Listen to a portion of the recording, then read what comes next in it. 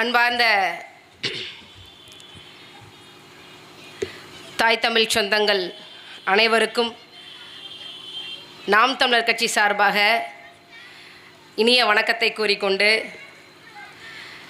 ஏன் வேண்டும் நாம் தமிழர் ஆட்சி என்கின்ற பொதுக்கூட்டத்தை ஏற்பாடு செய்து நடத்தி கொண்டிருக்கக்கூடிய அரியலூர் சட்டமன்ற தொகுதி பொறுப்பாளர்கள் அனைவருக்கும் நன்றிகளையும் வாழ்த்துகளையும் கூறிக்கொண்டு, இந்த அரியலூர் மண் தமிழுக்கும் தமிழ்நாட்டிற்கும் மிக முக்கியமான மண்ணாக இருக்கிறது. என்னங்க எங்கள் மண்ணெல்லாம் சிமெண்ட் கம்பெனிக்காரன் எடுத்துகிட்டு போகிறா, நீங்கள் என்னங்க முக்கியமான மண்ணுன்னு சொல்கிறீங்க? உண்மையிலே இது முக்கியமான மண்ணு தான். கிட்டத்தட்ட 60 ஆண்டுகளுக்கு முன்னாடி 1964ஆம் ஆண்டு ஜனவரி மாதம் இந்த அரியலூர் மண்ணின் மைந்தன் கீழ்ப்பழுவூர் சின்னசாமி என்கின்ற தமிழ்தாயின் தவப்புதல்வன் எங்கே இந்தியை தமிழ்நாட்டில் திணித்து விடுவார்களோ, அன்னை தமிழுக்கு ஒரு தீங்கு ஏற்பட்டு விடுமோ என்று பயந்து தமிழ் மொழியை வளர்க்க வேண்டி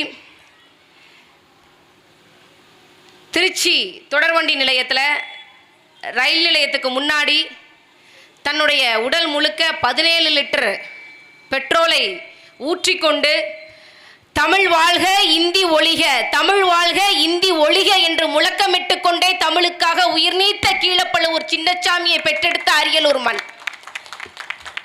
எங்கள் ஐயா கீழப்பழுவூர் சின்னசாமி அவர்களுக்கு நாம் தமிழர் கட்சியின் சார்பாக வீர வணக்கத்தை கூறிக்கொண்டு என்னுடைய பொதுக்கூட்ட உரையினை துவங்குகின்றேன். நான் கோயம்புத்தூர்லேருந்து வரேங்க. வர்றச்ச தால்மியாபுரம் அப்படின்னு சொல்லி ஒரு ஊர் இருந்தது. தால்மியாபுரம் ஊர் அது ரொம்ப முக்கியமான ஊர். ஏன்னா கிட்டத்தட்ட 1953ஆம் ஆண்டு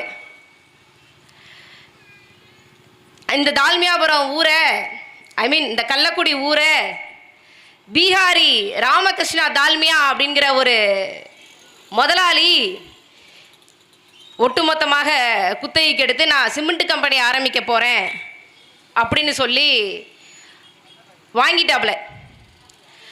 அந்த கள்ளக்குடி என்ற ஊருக்கு பேரையே நான் தால்மியாபுரம்னு மாற்ற போகிறேன் அப்படின்னு சொல்லி ஒரு செய்தி வருது.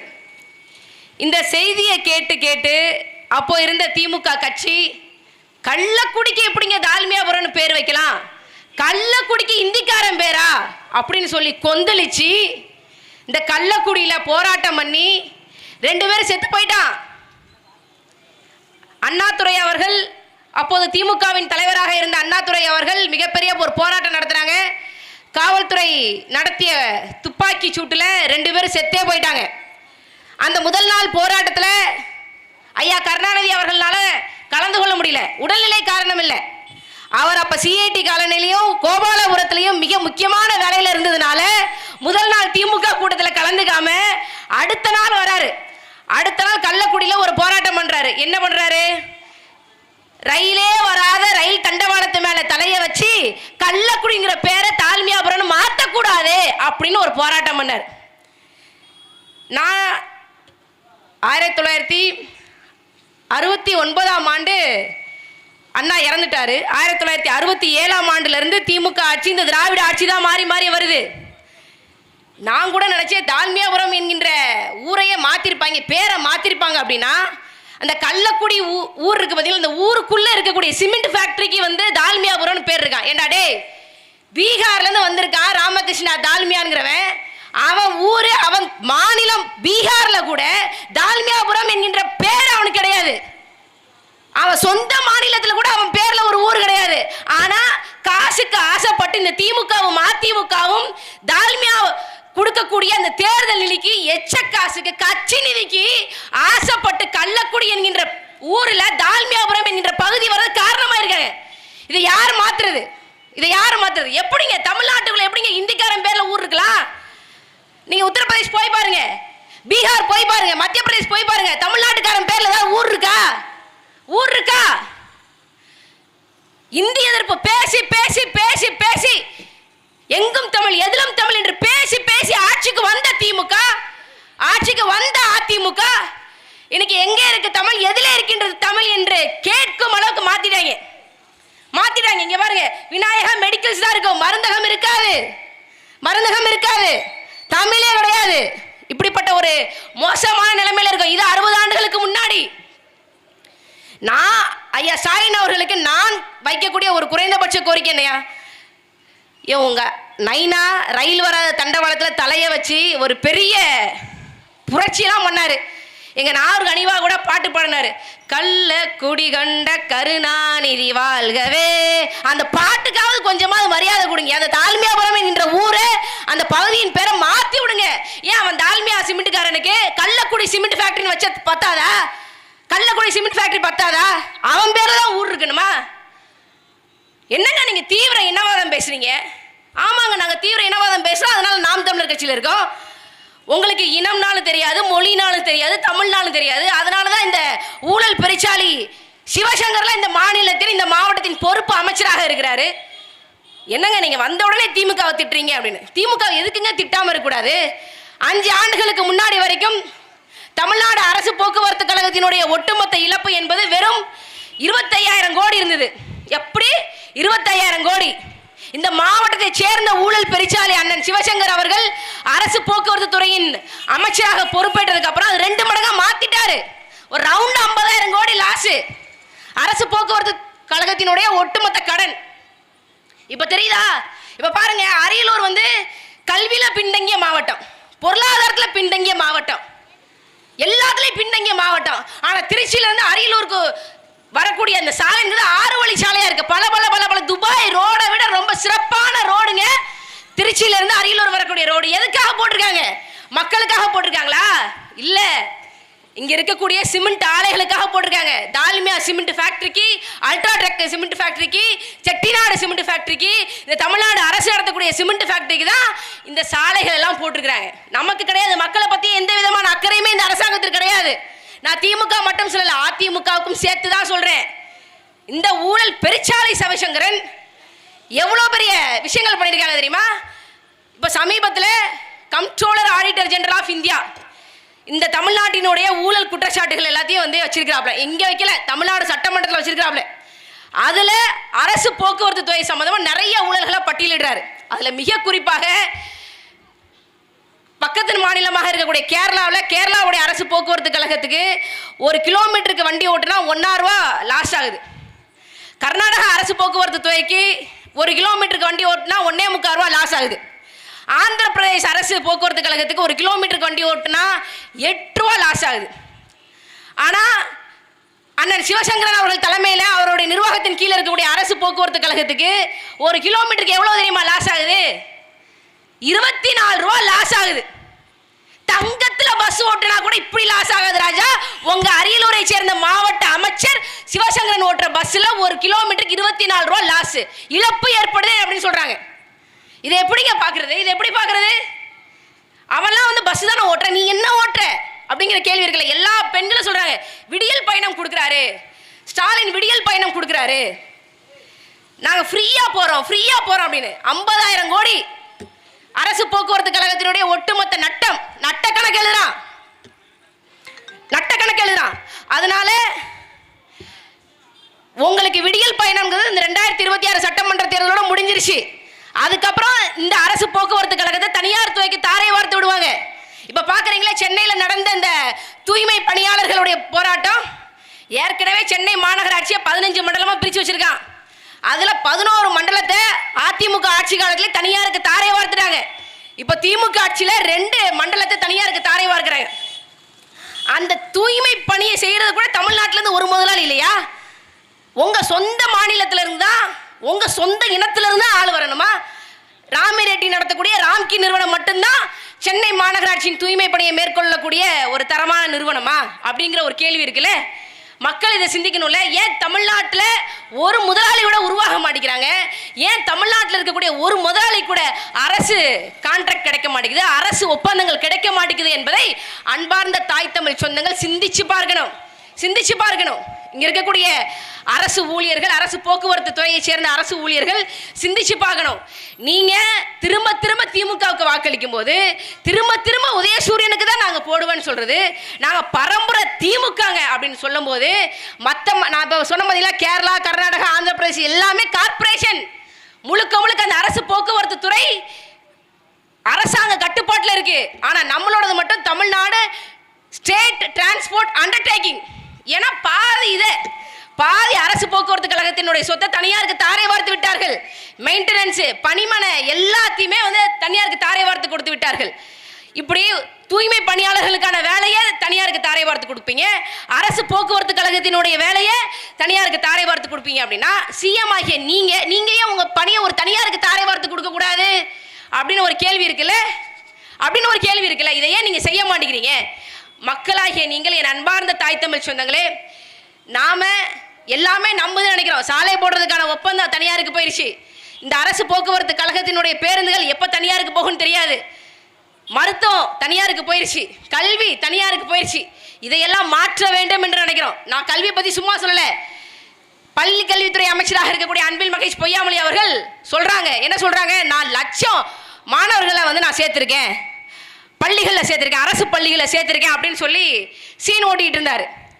ஆனா கொஞ்ச நாள், ஒரு 10 நாள செய்தி வந்துருச்சு, கிட்டத்தட்ட 208 பள்ளிகளை ஆசிரியர் இல்லாதனால, மாணவர்கள் இல்லாதனால தமிழ்நாடு அரசு மூடுகிறது அப்படின்னு சொல்லி செய்திகள் வருது.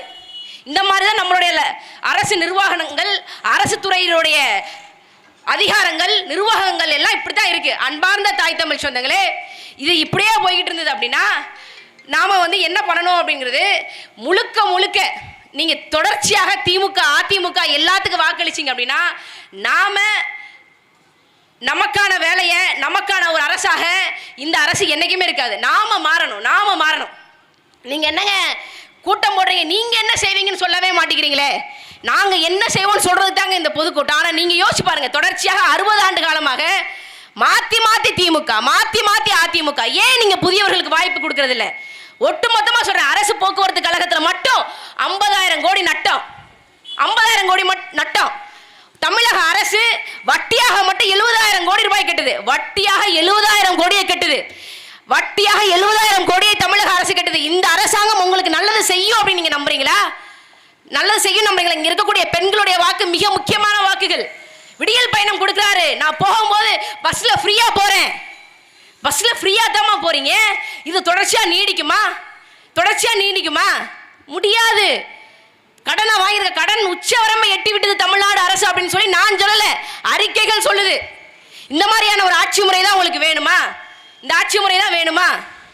சொல்லுவாங்க, பெரியார் தந்த சமூக நீதி, பெரியார் தந்த சுயமரியாதை, பெரியார் தந்த மாநில சுயாட்சி, அண்ணா தந்த மாநில சுயாட்சி, இப்படிலாம் வேணுங்க அப்படின்னு சொல்லி. நான் கூட ஒரு சில வாரங்களுக்கு முன்னாடி மடத்துக்குளம் சட்டமன்ற தொகுதியில் ஒன்று பேசிட்டேன்.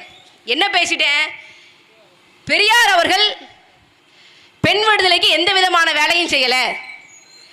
முதல் பொண்டாட்டி நாகம்மைய இந்த ஊருக்கு புதுசா வந்திருக்கக்கூடிய ஒரு தாசி பெண்ணுன்னு சொல்லி இங்க இருக்கக்கூடிய நண்பர்கள்ட்ட சொல்லிட்டாரு, அறிமுகப்படுத்திட்டாரு. 2வது மனைவி மணியம்மைய, தன்னை விட 50 வயது கம்மியான ஒரு மணியம்மைய கல்யாணம் பண்ணிட்டான்னு சொன்னேன். உடனே திமுக காரங்க வந்தாங்க. என்ன சொன்னாங்க? ஏங்க, அவர் சொத்துக்காக தாங்க கல்யாணம் பண்ணாரு, தன்னுடைய சொத்தை பாதுகாக்க வேண்டும் என்பதற்காக பெரியார் மணியம்மையை கல்யாணம் பண்ணாரே தவிர அவருக்கு அந்த மாதிரியான ஆசைகள்லாம் இல்லை, அவருக்கு அப்பயே 72 வயசு ஆயிடுச்சு அப்படின்னு சொன்னாங்க. எனக்கு அப்பதான் சந்தேகம் வந்தது. சரி, இப்ப நானே சொல்லல அப்படி, ஆனா சொத்துன்னு சொல்றீங்களே, சொத்துக்காக 72 வயசுல ஒருத்தன் கல்யாணம் பண்ணுவானா அப்படின்னா அப்ப அவன் சொத்துல ஏதோ பிரச்சனை இருக்குல்ல அப்படின்னு சொல்லி நான் தேடி பார்க்கும்போது ஒரு நல்ல செய்தி வந்துச்சு. அதை இந்த அருமையான அரியலூர் மண்ணில் தான் நான் சொல்லணும் அப்படின்னு சொல்லி இருக்கு. நான் வாசிக்கிறேன் பாருங்க. திராவிடர் கழகம், அது கழகம் இல்லை, அது ஒரு அரசியல் இயக்கம் இல்லை, அது அறக்கட்டளையே மாத்திட்டான். ஏன் சொல்லுங்க? இப்ப திமுகவுக்கு தேர்தல் நிதியாக, கட்சி நிதியாக 700 கோடி வருது. இந்த இந்தியாவிலேயே ரொம்ப பணக்கார மாநில கட்சி எதுன்னு கேட்டீங்கன்னா அது திமுக தான்.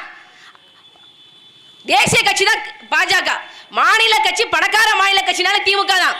ஆனா அந்த திமுக கூட பொதுச் செயலாளர் தெரியும், பொருளாளருக்கு அந்த கட்சியினுடைய வரவு செலவு கணக்கெல்லாம் தெரியும். ஆனா திராவிடர் கழகம்னு சொல்லி இருக்கக்கூடிய இந்த அரசியல் இயக்கத்திற்கு திமுகவை பெத்து போட்டு திராவிடர் கழகத்தை அவங்க அரசியல் இயக்கமாக வச்சிருக்கல, அறக்கட்டளையாக மாத்திட்டாங்க. அந்த திராவிடர் கழகத்தை ஆரம்பிச்ச ஈவே ராமசாமி என்கின்ற தந்தை பெரியாருக்கு பின்னு அவர் சேர்த்து வச்ச சொத்தெல்லாம் அவருக்கு பின் வாரிசாக அம்மையார் மணியம்மை நிர்வாகம் செஞ்சாங்க. பெரியாரோட சொத்தெல்லாம் அம்மையார் மணியம்மை நிர்வாகம் செஞ்சாங்க. அவருக்கு பின் தற்போது வரை வீரமணி அவர்கள் அந்த சொத்துக்களை எல்லாம் நிர்வாகம் செய்து வருகிறார். அவருக்கு பின் வீரமணியினுடைய மகன் அன்பழகன் அதனுடைய நிர்வாக பொறுப்பை கவனிச்சுட்டு வர்றாரு. இவர்கள் இந்த திராவிடர் கழகத்தினுடைய அந்த அறக்கட்டளையினுடைய சொத்து மதிப்பு சொல்ற பாருங்க. சொத்து விவரங்கள்: பெரியார் ஆசிரியர் பயிற்சி நிறுவனம் திருச்சி, நாகம்மை ஆசிரியர் பயிற்சி நிறுவனம் திருச்சி, பெரியார் தொடக்க பள்ளி திருச்சி, பெரியார் மணியம்மை பெண்கள் மேல்நிலை பள்ளி திருச்சி, நாகம்மையார் குழந்தைகள் இல்லம் திருச்சி, பெரியார் நூற்றாண்டு நினைவு மெட்ரிகுலேஷன் மேல்நிலை பள்ளி திருச்சி, பெரியார் நூற்றாண்டு மழலையர் பள்ளி திருச்சி, சாமி முதியோர் இல்லம் திருச்சி, பெரியார் மருந்தியல் மகளிர் கல்லூரி திருச்சி, பெரியார் நூற்றாண்டு பாலிடெக்னிக் கல்லூரி, பெரியார் நகர் வல்லம் தஞ்சாவூர், பெரியார் மணியம்மை பல்கலைக்கழகம் பெரியார் நகர் வல்லம் தஞ்சாவூர், பெரியார் மெட்ரிகுலேஷன் மேல்நிலைப் பள்ளி ஜெயங்கொண்டான், பெரியார் மெட்ரிகுலேஷன் மேல்நிலைப் பள்ளி சில்லாத்தூர் வெட்டிக்காடு, பெரியார் சமூக தொடர் கல்வி கல்லூரி பெரியார் நகர் வல்லம் தஞ்சாவூர், பெரியார் வணிகவியல் பயிற்சி மையம் பெரியார் நகர் வல்லம் தஞ்சாவூர், பெரியார் மணியம்மை இலவச மருத்துவமனை பெரியார் நகர் தஞ்சாவூர், பெரியார் மருத்துவமனை குடும்ப நல மையம் பெரியார் நகர் வல்லம் தஞ்சாவூர், பெரியார் ஊரக மரபுசாரா ஆற்றல் ஆய்வு கல்வியகம் பெரியார் நகர் தஞ்சாவூர், பெரியார் உயிரி தொழில்நுட்பம் மற்றும் உயர் மண்டல ஆராய்ச்சி கழகம் பெரியார் நகர் வல்லம் தஞ்சாவூர்,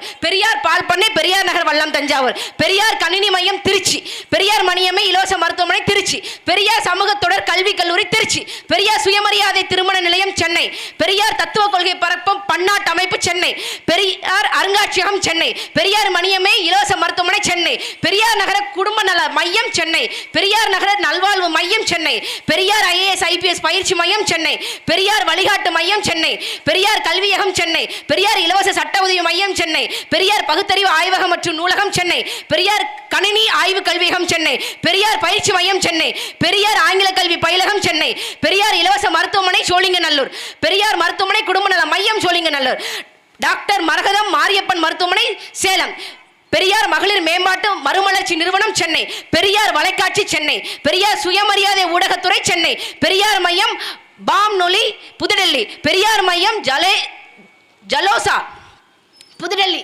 46 சொத்துக்களை வச்சிருக்கான். இந்த சொத்துக்களுடைய மதிப்பு என்ன தெரியுமா என் அன்பார்ந்த தாய் தமிழ் சொந்தங்களே? பெரியாரோடைய சொத்துக்கள் திராவிடர் கழகத்தின் அறக்கட்டளையின் சொத்து மதிப்புகள் எவ்வளவு தெரியுமா? 1 லட்சம் கோடி. 1 லட்சம் கோடி. ஈரோட்டுல வெங்காய மண்டி வச்சு பொழைச்ச ஈர வெங்காயத்திற்கு தமிழ்நாட்டு மக்கள் 1 லட்சம் கோடி சொத்தை தாரை வார்த்து கொடுத்திருக்கிறார்கள். இந்த பெரியாரத்தான் நாம் தமிழர் கட்சி எதிர்க்கிறோம். இப்ப சொல்லுங்க தாய் தமிழ் சொந்தங்கள், இந்த பெரியாரை எதிர்க்கணுமா வேண்டாமா? இந்த பெரியாருடைய திராவிடர் கொள்கையை ஒட்டுமொத்தமாக தமிழ்நாட்டிலிருந்து ஓட ஓட விரட்டி அடிக்கணும். வேரோடும் வேரடி மண்ணோடும் தமிழ்நாட்டிலிருந்து இந்த திராவிடம் என்கின்ற சித்தாந்தத்தை பிடுங்கி எறிய வேண்டிய முதல் பணி நமக்கு இருக்கு. முதல் பணி இருக்கு. அறக்கட்டளைனா அந்த அறக்கட்டளை யார் யாருக்கு வந்து பாத்தியப்பட்டிருக்கு அவன் மட்டும்தான் ஆண்டு ஆள முடியும். அவனுக்கு மட்டும்தான் பாத்தியப்பட்டிருக்கு. அவன் மட்டும்தான் ஆசைப்பட்டு ஆண்டு அனுபவிக்க முடியும். வேற யாரும் பண்ண முடியாது. 1 லட்சம் கோடி சொத்து எப்படியா வந்தது? எப்படி வந்தது கேட்டா சொல்லுவாங்க, திராவிடத்துல சமூக நீதி இருக்கு, பெண்களுக்கான விடுதலை இருக்கு, கிழிச்சது விடுதலை இருக்கு. என்ன சமூக நீதி? திராவிடர் கழகத்துல பெரியாருக்கு அப்புறம் மணியம்மை வந்தாங்க, மணியம்மைக்கு அப்புறம் வீரமணி வந்தாங்க, வீரமணிக்கு அப்புறம் வழக்கறிஞர் அருள்மொழி தானே வந்திருக்கணும். அவன் மகன் அன்பழகன் எதுக்கு வர்றான்? அங்க எங்க சமூக நீதி இருக்கு? எங்க இருக்கு? திமுக கழகத்தை ஆரம்பிச்சவர் அண்ணாதுரை, அதுக்கப்புறம் கருணாநிதி வர்றாரு. கருணாநிதிக்கு அப்புறம் எங்க அண்ணன் நீர்வளத்துறை அமைச்சர் துரைமுருகன் தானே தலைவராக வந்திருக்கணும். எப்படியா முக ஸ்டாலின் வர்றான்? முக ஸ்டாலினுக்கு என்ன தகுதி இருக்கு? துரைமுருகன் அமைச்சர் துரைமுருகனை விட முக ஸ்டாலினுக்கு திமுகவின் தலைவராக என்ன தகுதி இருக்கு? முக ஸ்டாலினை கூட விடுங்க, உதயநிதி ஸ்டாலினுக்கு என்னங்க தகுதி இருக்கு? என்ன தகுதி இருக்கு? இதான் சமூக நீதியா? இந்த மதிமுக வாரிசு அரசியல் கூடாது என்று மதிமுகவை ஆரம்பித்தவர், மறுமலர்ச்சி திராவிட முன்னேற்ற கழகத்தை ஆரம்பிச்சவர் வைகோ பாலசாமி. மதிமுகவில் தலைவர் வைகோக்கு அப்புறம் மல்லை சத்யாகிரஹியா வரணும். சமூக நீதியை பேசக்கூடிய வைகோவுடைய கட்சிக்கு, மதிமுக கட்சிக்கு தலைவராக மல்லை சத்யா தானே வரணும். எப்படி அவன் மகன், அவன் பேர் என்னது, வையாபுரியா, துரை வைகோ, அவர் எப்படி வர்றாரு? இது எப்படி சமூக நீதி ஆகும்? இவன் ஒரு பேச்சு பேசுற. சமூக நீதிக்கு காவலர்கள் நாங்க தான். சமூக நீதியை கொண்டு வந்தது தந்தை பெரியார் திராவிடர்களுக்கு. சரியா, நீ தந்தை பெரியார்னே வச்சுக்கோயா. தமிழர்களுக்கு தந்தை பெரியார் நீதான், தமிழர் தந்தை பெரியார் தான். அப்ப மகங்க எங்களுக்குலாம் சொத்தை பாதியா பிரிச்சு கொடு. 1 லட்சம் கோடி சொத்து வச்சிருக்கேல, தமிழர்கள் சொத்தை பிரிச்சு குடியா, சொத்தை பிரி. தனிப்பட்ட நாம் தமிழர் கட்சி கார்த்தியாக்கு வேணாம், மாநில மகளிர் பாசை எனக்கு வேண்டாயா. தமிழ்நாடு மக்களுடைய கஜானாவில் சேர்த்துறியா 1 லட்சம் கோடி சொத்தை சேரு. 1 லட்சம் கோடி சொத்து வச்சிருக்கீங்க. புதுடெல்லியில இருந்து தஞ்சாவூர், திருச்சி, சேலம், சென்னையில ஏகப்பட்ட இடத்துல 1 லட்சம் கோடி ரூபாய் சொத்து சேர்த்து வச்சிருக்க திராவிடர் கழகம் அறக்கட்டளை. அதெல்லாம் எனக்கு தர வேண்டாம். தமிழ்நாட்டு மக்கள் பயன்படும் வகையில தமிழ்நாட்டு கஜானால சேர்த்து விடு. அதுக்கப்புறம் தமிழர் தந்தை பெரியார்னு பேசு. அதை தவிர்த்து பெரியார் தமிழர் தந்தைன்னு பேசின, நான் இப்ப பேசிட்டேன்ல, தமிழ்நாடு முழுக்க இருக்கக்கூடிய எல்லா பெரியார் சிலையும் மானமுள்ள தமிழன் ஒட்டப்பா. என்ன பெரிய திராவிடம், என்ன பெரிய சித்தாந்தம். இந்த அரியலூர் மண்ணு முழுக்க சுண்ணாம்பு கல்ல எடுக்கிற, சிமெண்ட் ஃபேக்டரி எடுக்கிறேன்னு சொல்லி நாசமா போகுது. விவசாயம் இருக்கா? நெல் விளையிற பூமி இன்னைக்கு விவசாயம் இல்ல. காய்கறி போட்ட காய்கறி விளைய மாட்டேங்குதுன்னு சொல்றாங்க. எப்படி விளையும்? சுண்ணாம்பு கல்ல 3 அடிக்கு எடுக்கணும், மண்ணை 3 அடிக்கு எடுக்கணும். அதான் மைன் டிபார்ட்மெண்ட் கொடுத்துருக்கிற அளவுகோல். இது வரைக்கும் தான் வந்து ஒரு ஒரு ஒரு அளவுகோல் வச்சிருக்காங்க. இது வரைக்கும் தான் எடுக்கணும். நீ தான் 10 அடி தாண்டி 20 அடி தாண்டி 30 அடி வரைக்கும் சுண்ணாம்பு கல் எடுத்தா மண்ணின் வளம் எங்க இருக்கும்? ஒரு காலத்தில் அரியலூர்ல 20 அடியில போட்டா தண்ணி வரும்.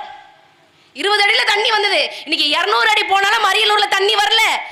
200 அடி போர் போட்டாலும் அரியலூர்ல தண்ணி வரல. இன்னும் 10 வருஷம் கழிச்சு இவன் விட்டுருவான்னு நினைச்சிருக்கீங்களா? இந்த cement factory, Dalmia, UltraTech, Chettinad, Ramco, அரசு சிமெண்ட் ஃபேக்டரி, இதெல்லாம் வந்து தமிழ்நாட்டு தமிழர்களுடைய சிமெண்ட் ஃபேக்டரி. சிமெண்ட் தேவைகளுக்கு மட்டும்தான் இவன் சிமெண்ட் தயாரிக்கிறானா? சுண்ணாம்புகள் எடுக்கிறானா? இல்லையே, ஒட்டுமொத்த உலகத்துக்கு எடுக்கிறான். நீங்க நினைக்கிறீங்க அரியலூர் மண்ணு கல்வியில பின்தங்கிய மண்ணு, பொருளாதாரத்தில் பின்தங்கிய மண்ணு நீங்க நினைக்கிறீங்க.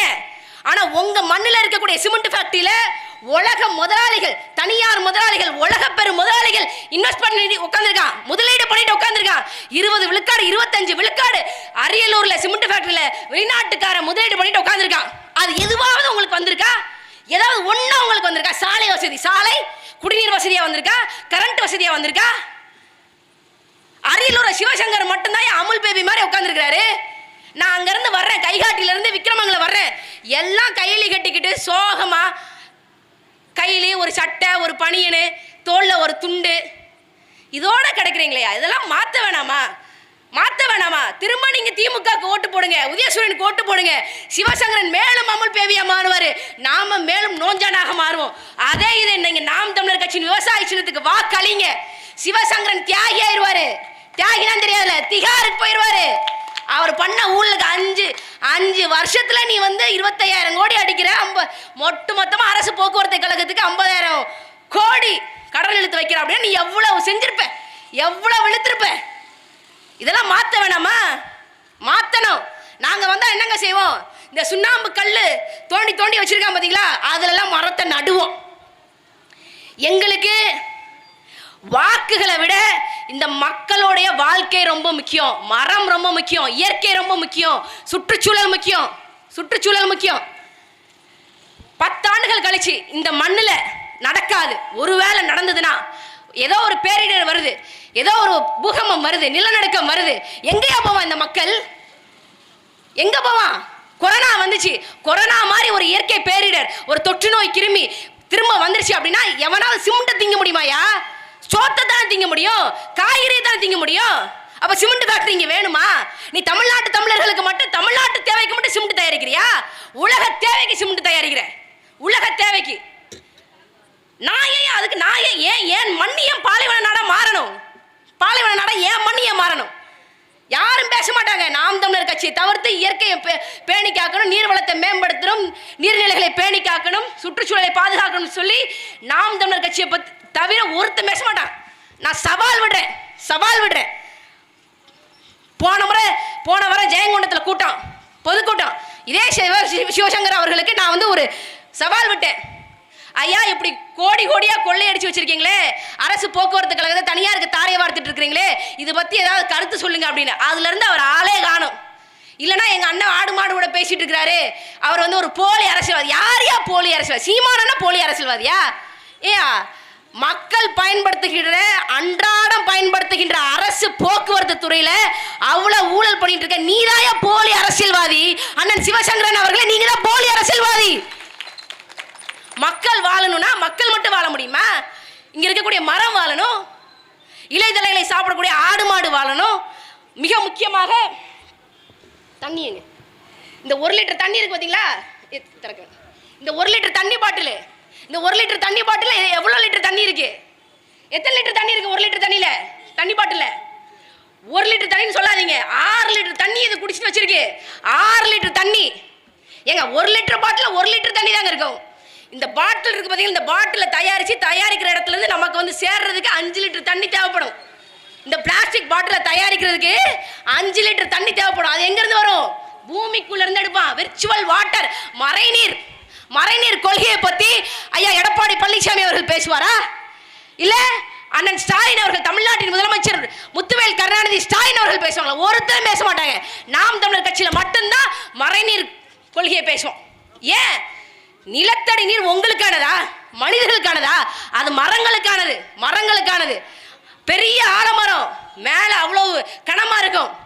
ஆனா அவ்வளவு கனமா இருக்கக்கூடிய மரம், அந்த மரத்தினோட வேறு மேல இருக்கக்கூடிய மரம், கிளை எல்லாத்தையும் விட, தண்டு எல்லாத்தையும் விட கீழே இருக்கக்கூடிய வேறு வந்து மிக மிக கனமா இருக்கும். அதுலயும் ஆணி வேர் இல்லை. ஆணி வேர்ல இருந்து பிரியக்கூடிய பக்கவாட்டு வேர் ரொம்ப அதிகமா இருக்கும். பக்கவாட்டு வேர்ல இருந்து சின்ன சின்ன முடி மாதிரி இருக்கும். சின்ன வேர் கால்கள், வேர் மயில்கள். அந்த வேர் மயிருக்கு அவ்வளவு கனம் இருக்கும். அதுக்குத்தாயா நிலத்தடி நீர் பயன்படணும். அதுக்குத்தான் நிலத்தடி நீர் பயன்படணும். நமக்கு இல்ல. நமக்கு என்ன நீர்? நமக்கு வானத்திலிருந்து பொழியக்கூடிய மழை நீர் தான் நமக்கான குடிநீர். ஆடு மாடுகளுக்கான குடிநீர், நமக்கான குடிநீர் கிடையாது, நிலத்தடி நீர். ஆனா இங்க அப்படி இருக்கா? இந்த சூழலை மாத்தணுமா, மாத்த வேணாமா? இந்த சூழலை மாத்தணும் தான் நாம் தமிழர் கட்சி நினைக்கிறோம். நாங்க வந்தா இங்க இருக்கக்கூடிய சிமெண்ட் ஃபேக்டரிக்கு ஒரே ஒரு எச்சரிக்கை தான். தமிழ்நாட்டு மக்களுக்கு எவ்வளவு சிமெண்ட் தேவைப்படுதோ அதை மட்டும் நீ தயாரி. இந்த அரசாங்கங்கள் கொடுத்திருக்கக்கூடிய விதிமுறைகள் படி நீ சிமெண்ட் ஃபேக்டரியை நடத்துறதுக்கு வக்கு இருந்தா நடத்து. இல்லைன்னா உன் சிமெண்ட் ஃபேக்டரியை மூடு.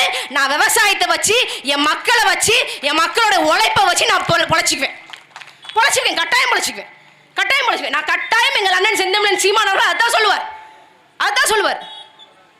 எவ்வளவு பெரிய பாருங்க, அரியலூர் மாவட்டம் முழுக்க போய் பாருங்க. எத்தனை கம்பெனி வச்சிருக்கான் பாருங்க. அது ஒன்னாவது நமக்கு திரும்ப வருதா? ஒன்னாவது இந்த கம்பெனிக்காரன் நமக்கு வந்து ஒரு ஸ்கூல் கட்டி கொடுத்துருக்கான். இந்த கம்பெனிக்காரன் இந்த மக்களுக்கு வந்து ஒரு அரசு மருத்துவமனை கட்டி கொடுத்துருக்கான். இந்த கம்பெனிக்காரன் ஒரு நல்ல சாலை வசதிகளை போட்டு கொடுத்தான். ஒன்றும் கிடையாது. நீங்க நினைக்கிறீங்க விவசாயம் வந்து ஒரு சாதாரண ஒரு தொழிலே? அது வாழ்வியல் முறை. விவசாயம் வந்து சாதாரண விஷயம் கிடையாது. இப்போ கூட வந்து சமீபத்தில் கூட ஸ்டாலின் அவர்கள் ஒரு தூத்துக்குடியில் போய் ஒரு கார் கம்பெனியை வந்து திறந்து வச்சார், வின்ஃபாஸ்ட் அப்படின்னு. அது வியட்நாம்காரர் இருக்கா பார்த்தீங்களா? வியட்நாம் நாட்டை சொந்தமாக கொண்டிருந்த நிறுவனத்தினுடைய தயாரிப்பு நிறுவனம் அது. அந்த வின்ஃபாஸ்டினுடைய முதலாளி என்ன தெரியுமா பிஸ்னஸ் பண்ணாரு? முதல்ல 30 வருஷத்துக்கு முன்னாடி ஒரு பிஸ்னஸ் பண்ணியிருக்கிறார். என்ன தெரியுமா? மக்கள் சாப்பிடக்கூடிய நூடுல்ஸ் தான் செஞ்சு கொடுத்துருக்காரு. விவசாயம், உணவு பொருள் உற்பத்தி, உணவு விற்பனை மூலமா தான் மிகப்பெரிய ஒரு பணக்காரராக இருக்கிறார் வின்ஃபாஸ்டினுடைய நிறுவனம். அவன் வியட்நாமு இப்படி பாம்பாட்டம் இருக்குங்க, பசிபிக் ஓஷன்ல இப்படி பாம்பாட்டம் இருக்கும். அந்த நாட்டில இருந்து கூட ஒருத்தன் தப்பி பொழைச்சி கார் தயாரிக்கிற ஒரு நிறுவனத்தை வெளிநாட்டில் வந்து நிறுவ முடியும். ஆனால் அந்த 50 ஆண்டுகளை தமிழ்நாட்டை நாங்கள் தான் வாழ வச்சோம். தமிழர்களை நாங்கள் தான் படிக்க வச்சோம். தமிழர்களுக்கு நாங்கள் தான் பேண்ட் போட்டு விட்டோம். தமிழர்களுக்கு நாங்கள் தான் ஜட்டி போட்டு விட்டோம். தமிழர்களுக்கு நாங்கள் தான் சட்டை போட்டு விட்டோம் என்று பீத்திக்கின்ற திமுக, அதிமுக இந்த 50 ஆண்டு கால திராவிட மாடல் ஆட்சியில ஒரு தொழில் முனைவோர் கூட தமிழ்நாட்டிலிருந்து உருவாகல. ஒரு கார் கம்பெனி முதலாளி இல்ல. சாதாரண நாடுல இருந்து வர்றான். பெருந்தலைவர் காமராஜர் அவர்கள் நம்மளை படிக்க வச்சார். அவர் ஆட்சியிலிருந்து இறங்கும்போது 1923 பெருந்தலைவர் காமராஜர் அவர்கள் ஆட்சியை விட்டு இறங்கும் போது 28,000 பள்ளிகள் இருந்தது. 28,000 பள்ளிகள் இருந்தது. பல இன்ஜினியரிங் கல்லூரிகளை திறந்தாரு, மருத்துவ கல்லூரிகளை திறந்தாரு, ஐடிஐ திறந்தாரு, எத்தனையோ மக்கள் படிக்கக்கூடிய விஷயத்தை திறந்தாரு.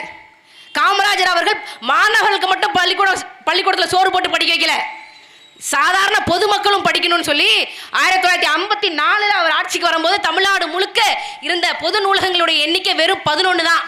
ஆனால் இங்கே இருக்கக்கூடிய சாதாரண மக்களும் நூலகத்துக்கு போய் படிக்க வேண்டும் என்று சொல்லி தமிழ்நாடு முழுக்க பல நூற்றுக்கணக்கான நூலகங்களை திறக்கும் போது அவர் ஆட்சியை விட்டு வெளியே வரும்போது 1963 தமிழ்நாட்டில் இருந்த ஒட்டுமொத்த பொது நூலகங்களினுடைய எண்ணிக்கை 747 நூலகங்கள் தமிழ்நாட்டில் இருந்தது. பொதுமக்களும் படிக்க வேண்டும். 11 நூலகங்கள் எங்க இருக்கு? 747 நூலகங்கள் எங்க இருக்கு? தலைவர்கள் அப்படி இருந்தாங்க. நாம சினிமா கவர்ச்சியில வாக்குக்கு காசு கொடுத்தா, வாக்குக்கு காசு எப்படிங்க வருது? எல்லாரும் சொல்லுவாங்க, நாங்கள் மதுபானத்தை பற்றி 2016 பேசுவாங்க, திமுக காரங்க பேசுகிறாங்க, நாங்கள் மதுபானத்தை ஒழிச்சிடுவோன்னு. கட்சி ஆட்சிக்கு வரல, அதுக்கப்புறம் மதுபானத்தை பற்றி பேசவே இல்லை. ஆனால் நாம் தமிழர் கட்சிக்காரங்க இருக்கோம்ல, நாங்கள் 2026 சட்டமன்ற தேர்தலில் நாம் தமிழர் கட்சி வெற்றி பெற்றால் எங்களுடைய முதல் பணி தமிழ்நாடு முழுக்க இருக்கக்கூடிய டாஸ்மாக் கடைகளை ஒட்டுமொத்தமாக இழுத்து மூடுவது. இதை சொன்ன ஆண்களை யாரும் எங்களுக்கு ஓட்டு போட மாட்டீங்கன்னு எனக்கு தெரியும், ஓட்டு போட மாட்டீங்கன்னு தெரியும். இருந்தாலும் சொல்லுவோம். காரணம் என்ன?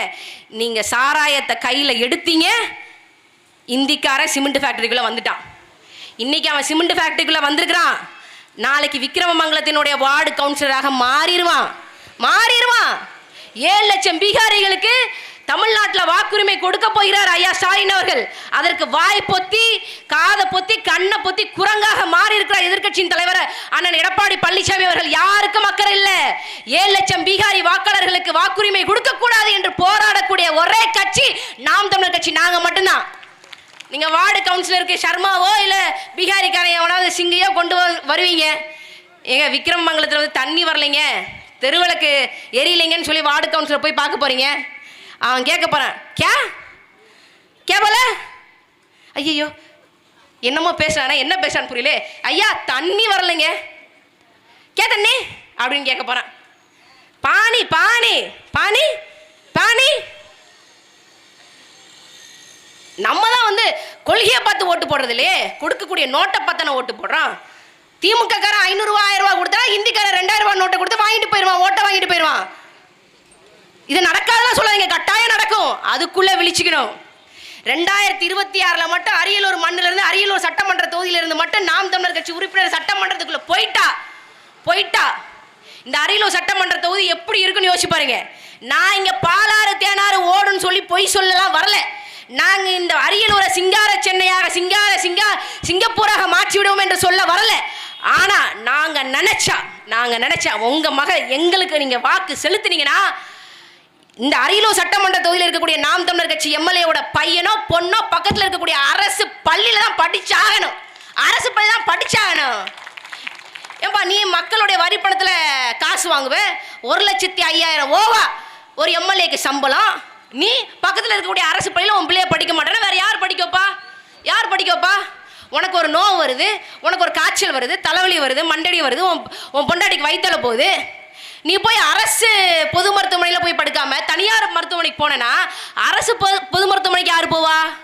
நாம் தமிழர் கட்சியில் ஒரு சட்டம், நாம் தமிழர் கட்சியின் எம்பியோ எம்எல்ஏவோ இல்லை அரசு ஊழியம் பெறக்கூடிய, அதாவது மக்கள் வரி பணத்தின் மூலமாக வருமானம் பெறக்கூடிய யாராக இருந்தாலும் தலைவலி வந்தா, நோவு வந்தா, வயிற்றுல வந்தா, காய்ச்சல் வந்தா, சளி வந்தா பக்கத்தில் இருக்கக்கூடிய அரசு பொது மருத்துவமனையிலையோ இல்ல ஆரம்ப சுகாதார நிலையத்திலேயோ போய் தான் மருத்துவம் செய்து கொள்ள வேண்டும். இது நாம் தமிழர் கட்சியினுடைய சட்டம். ஒருவேளை எங்கள் அண்ணன் சீமான் அவர்கள் தமிழ்நாட்டின் முதலமைச்சராக உட்கார்ந்துட்டார், எங்கள் அண்ணன் சீமான் முதற்கொண்டு அவர் பக்கத்தில் இருக்கக்கூடிய அரசு பொது மருத்துவமனையில் மட்டும்தான் சிகிச்சை எடுத்துக்கொள்ள வேண்டும். இது சட்டம். சிஎம் மட்டும் இல்ல, இங்க இருக்கக்கூடிய வார்டு கவுன்சிலர் வரைக்கும் அரசு பொது மருத்துவமனையில் போய் தான் சிகிச்சை எடுத்துக்கணும். மாவட்ட ஆட்சியர், அரியலூர் மாவட்ட ஆட்சியர் முதற்கொண்டு அந்த ஆபீஸ்ல வேலை பார்க்கக்கூடிய சாதாரண பியூன் வரைக்கும் பக்கத்தில் இருக்கக்கூடிய அரசு பொது மருத்துவமனையில தான் சிகிச்சை எடுத்துக்கொள்ள வேண்டும் என்ற சட்டம் வரும். இந்த சட்டம் வந்து அரசு பொது மருத்துவமனையின் தரம் உயருமா உயராதா? இந்த ஆட்சி முறை வேணுமா வேண்டாமா? ஸ்டாலினுக்கு லேசா தலை சுத்தல், லேசா தலை சுத்தல். அதுக்கு பிரதாப் ரெட்டி நடத்தக்கூடிய அப்போலோ ஆஸ்பத்திரியில் போய் படுப்பீங்க. தலை சுத்துக்கு கூட தமிழ்நாடு நம்புறதில்லை. தலை சுத்துக்கு ஒரு சிகிச்சை கூட ஸ்டாலின் அவர்கள் தமிழனை நம்புறதில்லை, தமிழ்நாட்டு டாக்டர்களை நம்புறதில்லை, தமிழன் நடத்தக்கூடிய மருத்துவமனை நம்புறதில்லை. அவருடைய இனத்தை சேர்ந்த பிரதாப் ரெட்டியினுடைய அப்போலோ மருத்துவமனையில் போய் தான் சாதாரண தலை சுத்தலுக்கு கூட சிகிச்சை எடுத்துக்கொள்கின்றார் தமிழர் அல்லாத தமிழ்நாட்டின் முதலமைச்சர் முத்துவேல் கருணாநிதி ஸ்டாலின். மான தமிழன் சிந்திச்சு பாருங்க. தலை சுத்துக்கு கூட தமிழனை நம்பாத ஸ்டாலின் கிட்ட ஒட்டுமொத்த 8 கோடி தமிழ்நாட்டு மக்களின் தலையெழுத்து கொடுப்பது நியாயமா? இது சரியா? தலை சுத்துக்கு நம்மளை நம்ப மாட்டேங்கிறாங்க, தமிழன் நம்ப மாட்டேங்கிறாங்க, தமிழன் நடத்தக்கூடிய மருத்துவமனை நம்ப மாட்டேங்கிறாங்க, தன் சாதிக்காரன் தன் இனத்துக்காரன நம்புறான். நீங்க ஒட்டுமொத்தமாக 8 கோடி தமிழ்நாட்டு மக்களுடைய தலையெழுத்து அவங்க கிட்ட கொடுக்குறீங்க. என்ன நடந்திருக்கு? மக்கள் தொகையில சரிபாதியாக பெண்கள் இருக்கிறோம். பெண்களுக்கான பாதுகாப்பு இருக்கா? எத்தனை குழந்தைங்க அரசு கல்லூரியில் அரசு பள்ளியில் படிக்கக்கூடிய எத்தனை சின்ன பிள்ளைகளுக்கு பாலியல் வன்கொடுமை செய்கிறாங்க? ஐயா ஸ்டாலின் அவர்கள் ஏதாவது ஒரு நடவடிக்கை எடுக்கிறாரா? ஏதாவது ஒரு நடவடிக்கை ஒன்றும் கிடையாது. இந்த பெரம்பலூர் தொகுதியினுடைய முன்னாள் எம்எல்ஏவாக இருந்த திமுகவை சேர்ந்த அண்ணன் ராஜேந்திரன் அவர்கள், அவன் ஒரு பாலியல் குற்றவாளி, அவனெல்லாம் அவர்கள்னு சொல்ல தேவையில்லை. பெரம்பலூரை சேர்ந்த திமுக எம்எல்ஏ ராஜேந்திரன் ஒரு 15 வயசு பெண்ணை, வீட்டு பணிக்கு வந்த ஒரு பெண்ணை பாலியல் வன்கொடுமை செஞ்சு கொலை பண்ணிட்டாரு. இந்த குற்றச்சாட்டு இருக்கா இல்லையா? அதுக்கு சிறை தண்டனை அனுபவிக்கிறாரா இல்லையா அந்த திமுக எம்எல்ஏ ராஜேந்திரன்? அந்த திமுக காரங்கிட்ட ஒட்டுமொத்த தமிழ்நாட்டு பெண்களின் பாதுகாப்பு நீங்க கொடுக்குறீங்க. மக்களுக்கு, பெண்களுக்கு 1000 ரூபாய் காசு. யார் வீட்டு காசு? உங்க அப்பா 50 வருஷமாக தமிழ்நாட்டு தமிழர்களை உட்கார வச்சு மிளகா அரைச்சி சேர்த்து வச்சு 30,000 கோடி ரூபாய் காசுல இருந்தா நீங்க மக்களுக்கு மாசம் 1000 ரூபாய் காசு கொடுக்குறீங்க. கலைஞர் மகளிர் தொகை கொடுக்குறீங்க. இல்லையே. மக்கள் நாங்க கெட்ட வரி பணத்துல காசு கொடுக்குற நீ. உங்களுக்கு தெரியுமா 1947 இந்தியா விடுதலை பெற்றது. ஐயா ஸ்டாலின் அவர்களுக்கு எப்படின்னு தெரியல, ஆனா எங்களுக்கெல்லாம் ஆகஸ்ட் 15 1947 இந்தியா விடுதலை பெற்றது. அவருக்கு ஜனவரி 15, நமக்கு ஆகஸ்ட் 15 வச்சுக்கோ. எப்படி பார்த்தாலும் 75 ஆண்டுகளுக்கு மேல ஆயிடுச்சு. அப்பையிலிருந்து 1952 இந்தியா முழுக்க முதல் தேர்தல் நடந்தது. அப்போல இருந்து 2021 வரைக்கும் தமிழ்நாட்டு அரசாங்கம் வாங்கிய ஒட்டுமொத்த கடன் தொகை என்பது 4,80,000 கோடி. 75 ஆண்டுகள்ல 4,80,000 கோடி மட்டும்தான் கடன். ஆனா இந்த 4 வருஷத்துல இந்த நாதாரி பயலுக தமிழ்நாட்டு மக்களை வைத்து உலக வங்கி, அந்த வங்கி, ஜப்பான்காரன் எல்லாத்துக்கிட்டையும் கேட்டு பிச்சை எடுத்த கடன் மட்டும் 4 லட்சம் கோடி. 75 ஆண்டுகளாக 4,80,000 கோடி. இந்த 4 வருஷத்துல 4 லட்சம் கோடி. அவன் எவ்வளவு கொள்ளையடிச்சிருப்பான் மட்டும் பாருங்க. இந்த ஆட்சிக்கு தான், இந்த ஸ்டாலின் தான், இந்த உதயசூரியன் தான் திரும்ப வரணும் அப்படின்னு சொல்லி நீங்க நினைக்கிறீங்களா? யாரும் எதுவும் பேச மாட்டாங்க. இந்த திமுகவாக இருக்கட்டும், அதிமுகவாக இருக்கட்டும், இந்த அரசியல் கட்சிகள் இருக்கிற வரைக்கும் தமிழ்நாட்டு தமிழர்களுக்கு ஒரு விடிவு காலம் இருக்க போறதில்லை. இந்த தூய்மை பணியாளர்கள் திட்டத்தை தனியாருக்கு கொடுத்த மாதிரி, இங்க இருக்கக்கூடிய அரசு போக்குவரத்து கழகத்தை தனியாருக்கு தாரை வார்த்து கொடுத்த மாதிரி எல்லாத்தையும் தூக்கி கொடுப்பான். ஏன் ராமிரெட்டி காசுல இருந்து, ராம்கி நிறுவனத்திடம் இருந்து திமுக என்கின்ற கட்சிக்கு தேர்தல் நிதி எவ்வளவு வந்திருக்கு அப்படின்னு சொல்லி தெரிஞ்சா போதும், இவன் ஏன் தனியாருக்கு தூய்மை பணியாளர்களுடைய திட்டத்தை தூக்கி கொடுத்தான் என்பதற்கான விடை கிடைச்சிடும். நீங்க மட்டும் நாம் தமிழர் கட்சி கிட்ட ஆட்சி அதிகாரத்தை கொடுங்க. ஒட்டு மொத்தமாக 8,80,000 கோடி கடனா? இருக்கிற 33 அமைச்சர்களையும் திமுகவில் இருக்கக்கூடிய 160க்கு மேற்பட்ட எம்எல்ஏக்கள் எல்லாத்தையும் சேர்த்து ஒட்டு மொத்தமாக தியாகி ஆக்கிறோம். தியாகினா என்னது? ரைடு ராஜா, ரைடு. தமிழ்நாடு அரசு ரைடு நடத்துது. பெரியசாமி வீட்டில் இன்னைக்கு தான் ரைடு விழுந்திருக்கு. எடப்பாடி பழனிசாமியாவது மோடி அமித்ஷாவை பார்த்தா ஒரு 180 டிகிரிக்கு அப்படியே வளைவார், அப்படி 180 டிகிரி. ஆனால் ஸ்டாலின், உதயநிதி ஸ்டாலின் மோடியை பார்த்துட்டா நெடுஞ்சான் கடையா போய் ஐயா மோடி என்னை மன்னிச்சிரியா அப்படின்னு. எடப்பாடி பழனிசாமி பாஜக கூட வச்சிருப்பது கூட்டணி. ஐயா ஸ்டாலின் அவர்கள் பாஜகவோட வச்சிருப்பது கள்ள கூட்டணி. ஐயா மோடி அவர்கள் மட்டும் நினைச்சிருந்தா பெரியசாமி மேல மட்டும் இல்ல, முத்துவேல் கருணாநிதி ஸ்டாலின் அவர்களே திகாருக்கு அனுப்ப முடியும். ஆனா அவர் பண்ண மாட்டேங்கிறார். டெல்லியில அரவிந்த் கெஜ்ரிவால சிறைக்கு அனுப்பிச்ச ஊழல் குற்றச்சாட்டுல சிறைக்கு அனுப்பிச்ச மோடி தமிழ்நாட்டில் முத்துவேல் கருணாநிதி ஸ்டாலினை சிறைக்கு அனுப்பல என்றால் என்ன அர்த்தம்? ஸ்டாலின் உத்தம புத்திரனா? இல்ல, டெல்லிக்கு போய் நெடுஞ்சான் கிடையாது, மோடி முன்னாடி படுத்துறாரு, ஐயா மோடி நமக அப்படின்றாரு. அதனால ஒன்றும் செய்ய மாட்டேங்கிறான். இவங்க தான் சொல்றாங்க நாம் தமிழர் கட்சிக்கு ஓட்டு போட்டா பாஜக உள்ள வந்துடும். பாஜக எதுக்கியா உள்ள வருது? எனக்கு ஓட்டு போட்டா நான் தான் வருவேன். நாம் தமிழர் கட்சியின் விவசாய சின்னத்துக்கு வாக்களிச்சா நாம் தமிழர் கட்சிக்காரன் தான் வருவான். நாங்க தான் வருவோம். நாங்க வந்துட்டோம். நாம் தமிழர் கட்சியிலிருந்து எம்எல்ஏக்கள் தமிழ்நாடு சட்டமன்றத்துக்குள்ள போச்சு.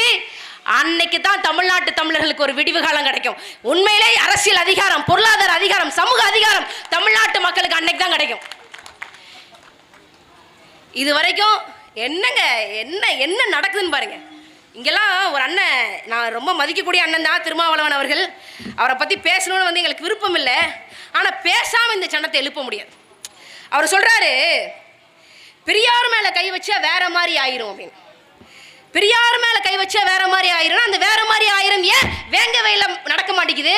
அந்த வேற மாதிரி ஆயிரம் ஏன் குறிஞ்சாங்குளத்தில் நடக்க மாட்டேங்குது? ஏன் நடக்க மாட்டேங்குது? இப்போ சமீபத்தில் கூட இந்த அரியலூர் மாவட்டத்தில் உடையார்பாளையம் வட்டத்தில் புதுக்குடி என்கின்ற கிராமத்தில் ஒரு குறிப்பிட்ட சமூக மக்களை, ஒடுக்கப்பட்ட சமூக மக்களை கோயிலுக்குள்ள அனுப்பல.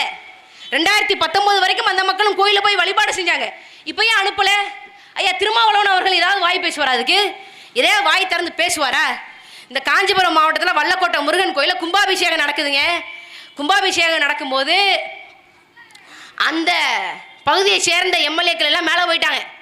அந்த பாஜகவினுடைய முன்னாள் தலைவராக இருந்த தமிழ்நாட்டு பாஜகவினுடைய தலைவராக இருந்த அம்மையார் தமிழிசை சவுந்தரராஜன் மேலே போயிட்டாங்க. ஆனால் ஸ்ரீபெரும்புதூர் தொகுதியினுடைய எம்எல்ஏவாக இருக்கக்கூடிய காங்கிரஸ் கட்சியினுடைய தமிழ்நாட்டு தலைவராக இருக்கக்கூடிய செல்வ பிறந்தகை கோயிலுக்குள்ளே போக முடியல. இதை பற்றி நாம் வெட்கப்படுறோம். ஐயோ, ஒரு சக தமிழன், ஒரு சக அரசியல்வாதி கோயிலில் போய் நிம்மதியாக சாமி கும்பிட முடியலன்னு சொல்லி நமக்கு வருத்தம் இருக்கு. ஆனால் இந்த பறையர் சமூக மக்களுக்கு நாங்கள் போராடுகிறேன், பறையர் சமூக மக்களுடைய ஒட்டுமொத்த ப்ராப்பரியேட்டர் நாங்கள் தான் என்று சொல்லக்கூடிய அண்ணன் திருமாவளவன் அவர்களுக்கு இது சம்பந்தமாக ஏதாவது ஒரு கருத்து இருக்காங்க இல்லைங்க? இருக்காது. வேங்க வயல் பற்றி பேசுனா ஸ்டாலின் கோச்சுக்குவார், குறிஞ்சாங்குளத்தை பற்றி பேசினா வைகோ கோச்சுக்குவார், பெரியாரை பற்றி பேசினா அவ்வளவுதான், வேற மாதிரி ஆயிரும். பெரியாருக்கு கட்சி நடத்துறதுக்கு நூற்றுக்கணக்கான பேர் கட்சி நடத்துறாயா? நூற்றுக்கணக்கான பேர் இயக்கம் நடத்துறான். ஆனா பறையருக்கு கட்சி நடத்துறதுக்கு நீ தான் இருக்க, நீ தான் ஏதாவது பேசி ஆகணும். பேச மாட்டாரு. 10-15 விழுக்காடு சாலிடா இருக்காங்க பறையர் சமூக மக்கள். அந்த மக்களை போய் ஒரு பிளாஸ்டிக் சேருக்கு 25 வருஷமா அண்ணா அறிவாலயத்துக்குள்ள அடகு வச்சுட்டு இருக்கிற நீ எல்லாம் பறையர் சமூக தலைவனாயா? நான் அது கேட்பேன், எனக்கு கேட்கறதுக்கு உரிமை இருக்கு, நான் கேட்கறதுக்கு எனக்கு கடமை இருக்கு. ஏன்னா நான் பறையர் சமூகத்தை சேர்ந்த ஒரு மகள் தான். ஆனால் எங்கள் அண்ணன் செந்தமிழன் சீமானவருடைய பேச்சை கேட்டு சாதி கடந்து மதம் கடந்து நாம் தமிழர் என்று இணைந்த ஒரு மான தமிழச்சி, அதிலும் ஆதி தமிழச்சி இருக்கு. ஏன் பேச மாட்டேங்கிறீங்க? இதெல்லாம் ஏன் கேட்கல? 44 எம்எல்ஏக்கள் இருக்கிறாங்க ஒடுக்கப்பட்ட சமூக மக்களுக்காக பேசுவதற்கு. ஆனால் இது வரைக்கும் ஒருத்தர் வாய் திறக்கலையே. தம்பி கவினோட மரணத்துக்கு யாரும் பேசலையே. ஸ்டாலின் அவர்கள் ஒரு இரங்கல் செய்தி கூட வாசிக்கலையேங்க. இதெல்லாம் ஒரு அரசா இது? இந்த முறையை மாற்றணும். ஒட்டுமொத்தமாக 8 கோடி மக்கள்ல வெறும் 0.5 விழுக்காடு கூட கிடையாது. 0.5 விழுக்காடு கூட ஐயா ஸ்டாலின் அவர்கள் சமூகத்தை சேர்ந்தவர்கள் கிடையாது. பெரும்பான்மையாக இருக்கிறவங்க எல்லாம் பறையர், படையாட்சி, தேவர், தேவேந்திரர், கோனார், தமிழ் சமூகம் தான் இருக்காங்க. 0.5 விழுக்காடு கூட ஸ்டாலின் சமூகத்தை சேர்ந்தவர்கள் கிடையாது. ஒரு கிராமத்துக்கு ஒரு வீடு கிடையாது. ஆனா 8 கோடி தமிழர்களையும் 50 ஆண்டுகளாக உட்கார வச்சு மிளகா அரைச்சி 50 ஆண்டுகளாக தமிழ்நாட்டில் திமுக தான் சாதிச்சது. திமுக என்று இந்த தமிழர்களை ஏமாற்றி விட்டான். அந்த திமுகவை ஒழிப்பது ஒன்றேதான் தமிழர்கள் மீண்டெழுவதற்கான ஒரே வழி. எல்லாரும் கேட்பாங்க, நீங்கள் நாம் தமிழர் கட்சிக்காரங்க திமுகவை ரொம்ப எதிர்க்கிறீங்க அப்படின்னு சொல்லி. நாங்கள் திமுகவை எதிர்க்கிறதுக்கு கட்சி ஆரம்பிக்கல ராஜா. திமுக என்ற கட்சியே தமிழ்நாட்டில் இருக்கக்கூடாது என்பதற்காக தான் நாம் தமிழர் என்ற கட்சியை நாங்கள் நடத்தோம். தமிழர்களை பாதிக்கக்கூடிய எந்த பிரச்சனையா இருந்தாலும் பாருங்க, காவிரி பிரச்சனையா, காவிரி சிக்கலா, அதுக்கு காரணம் ஐயா கருணாநிதி. ஒகேனக்கல் கூட்டு குடிநீர் பிரச்சனையா, ஒகேனக்கல் அணை கட்ட முடியாது, அது காரணம் ஐயா கருணாநிதி. காரணம் ஐயா கருணாநிதி. 1971 ஆட்சிக்கு வர வேண்டியது, வந்த உடனே தமிழ்நாடு சட்டமன்றத்தில் இதே ஆகஸ்ட் மாசத்துல அது வரைக்கும் தமிழ்நாட்டில் மதுவிலக்கு, பூரண மதுவிலக்கு அமல்ல இருந்தது. பூரண மதுவிலக்கை தடை செய்து முதல்ல தமிழ்நாட்டில் மதுவை பாலாறு தேனாராக ஓட விட்டு இந்த கயவன் கருணாநிதியை ஒழிக்காம தமிழர்களுக்கு எப்படிங்க ஒரு விடுகாலம் வரும்? மதுவை கொண்டு வந்தது யாருங்க? கருணாநிதி தான். அது வரைக்கும் தமிழ்நாட்டில இருந்து ஒரு முதலமைச்சர், அமைச்சர் டெல்லிக்கு போனாங்கன்னா மரியாதையா பார்த்தாங்க. ஐயா காமராஜரா தமிழ்நாட்டின் முதலமைச்சர், பெருந்தலைவர், கல்வி கண் திறந்தவர், கர்ம வீரர், கக்கனா நேர்மையின் இலக்கணம். இந்த கருணாநிதி எப்ப சர்க்காரியா கமிஷன் கிட்ட சிக்கினானோ அதுல இருந்து தமிழ்நாட்டு அரசியல்வாதி டெல்லிக்கு போன செருப்பா கூட நம்மளை மதிக்க மாட்டான். ஆனா தமிழ்நாட்டு தமிழர்களை பாருங்க, நல்லா படிக்கிறாங்க, நல்லா வேலை செய்யறாங்க, உண்மையா நேர்மையா வரி கட்டுறாங்க. மற்ற மாநிலத்துக்காரன் வரி கட்டுறாங்க அதெல்லாம் இல்லை. பீகாருக்காரன், உத்தரப்பிரதேஷ்காரன், மத்திய பிரதேஷ்காரன், ராஜஸ்தான்காரன் ட்ரெயின்ல டிக்கெட் எடுத்து வர மாட்டான். தெரியுமா தெரியாதா? நாம தான் டிக்கெட் எடுத்து ரிசர்வேஷன்ல போவோம். அவன் டிக்கெட்டே எடுக்க மாட்டான். எங்க போனா பான்பராக் எச்சி தான் துப்புவான். நம்ம தான் டிக்கெட் எடுத்து ரிசர்வேஷன் பண்ணி நேரடியாக, நீங்க ஹிந்திக்காரன்ட்ட போய் பாருங்க, பில்லு போட மாட்டான்.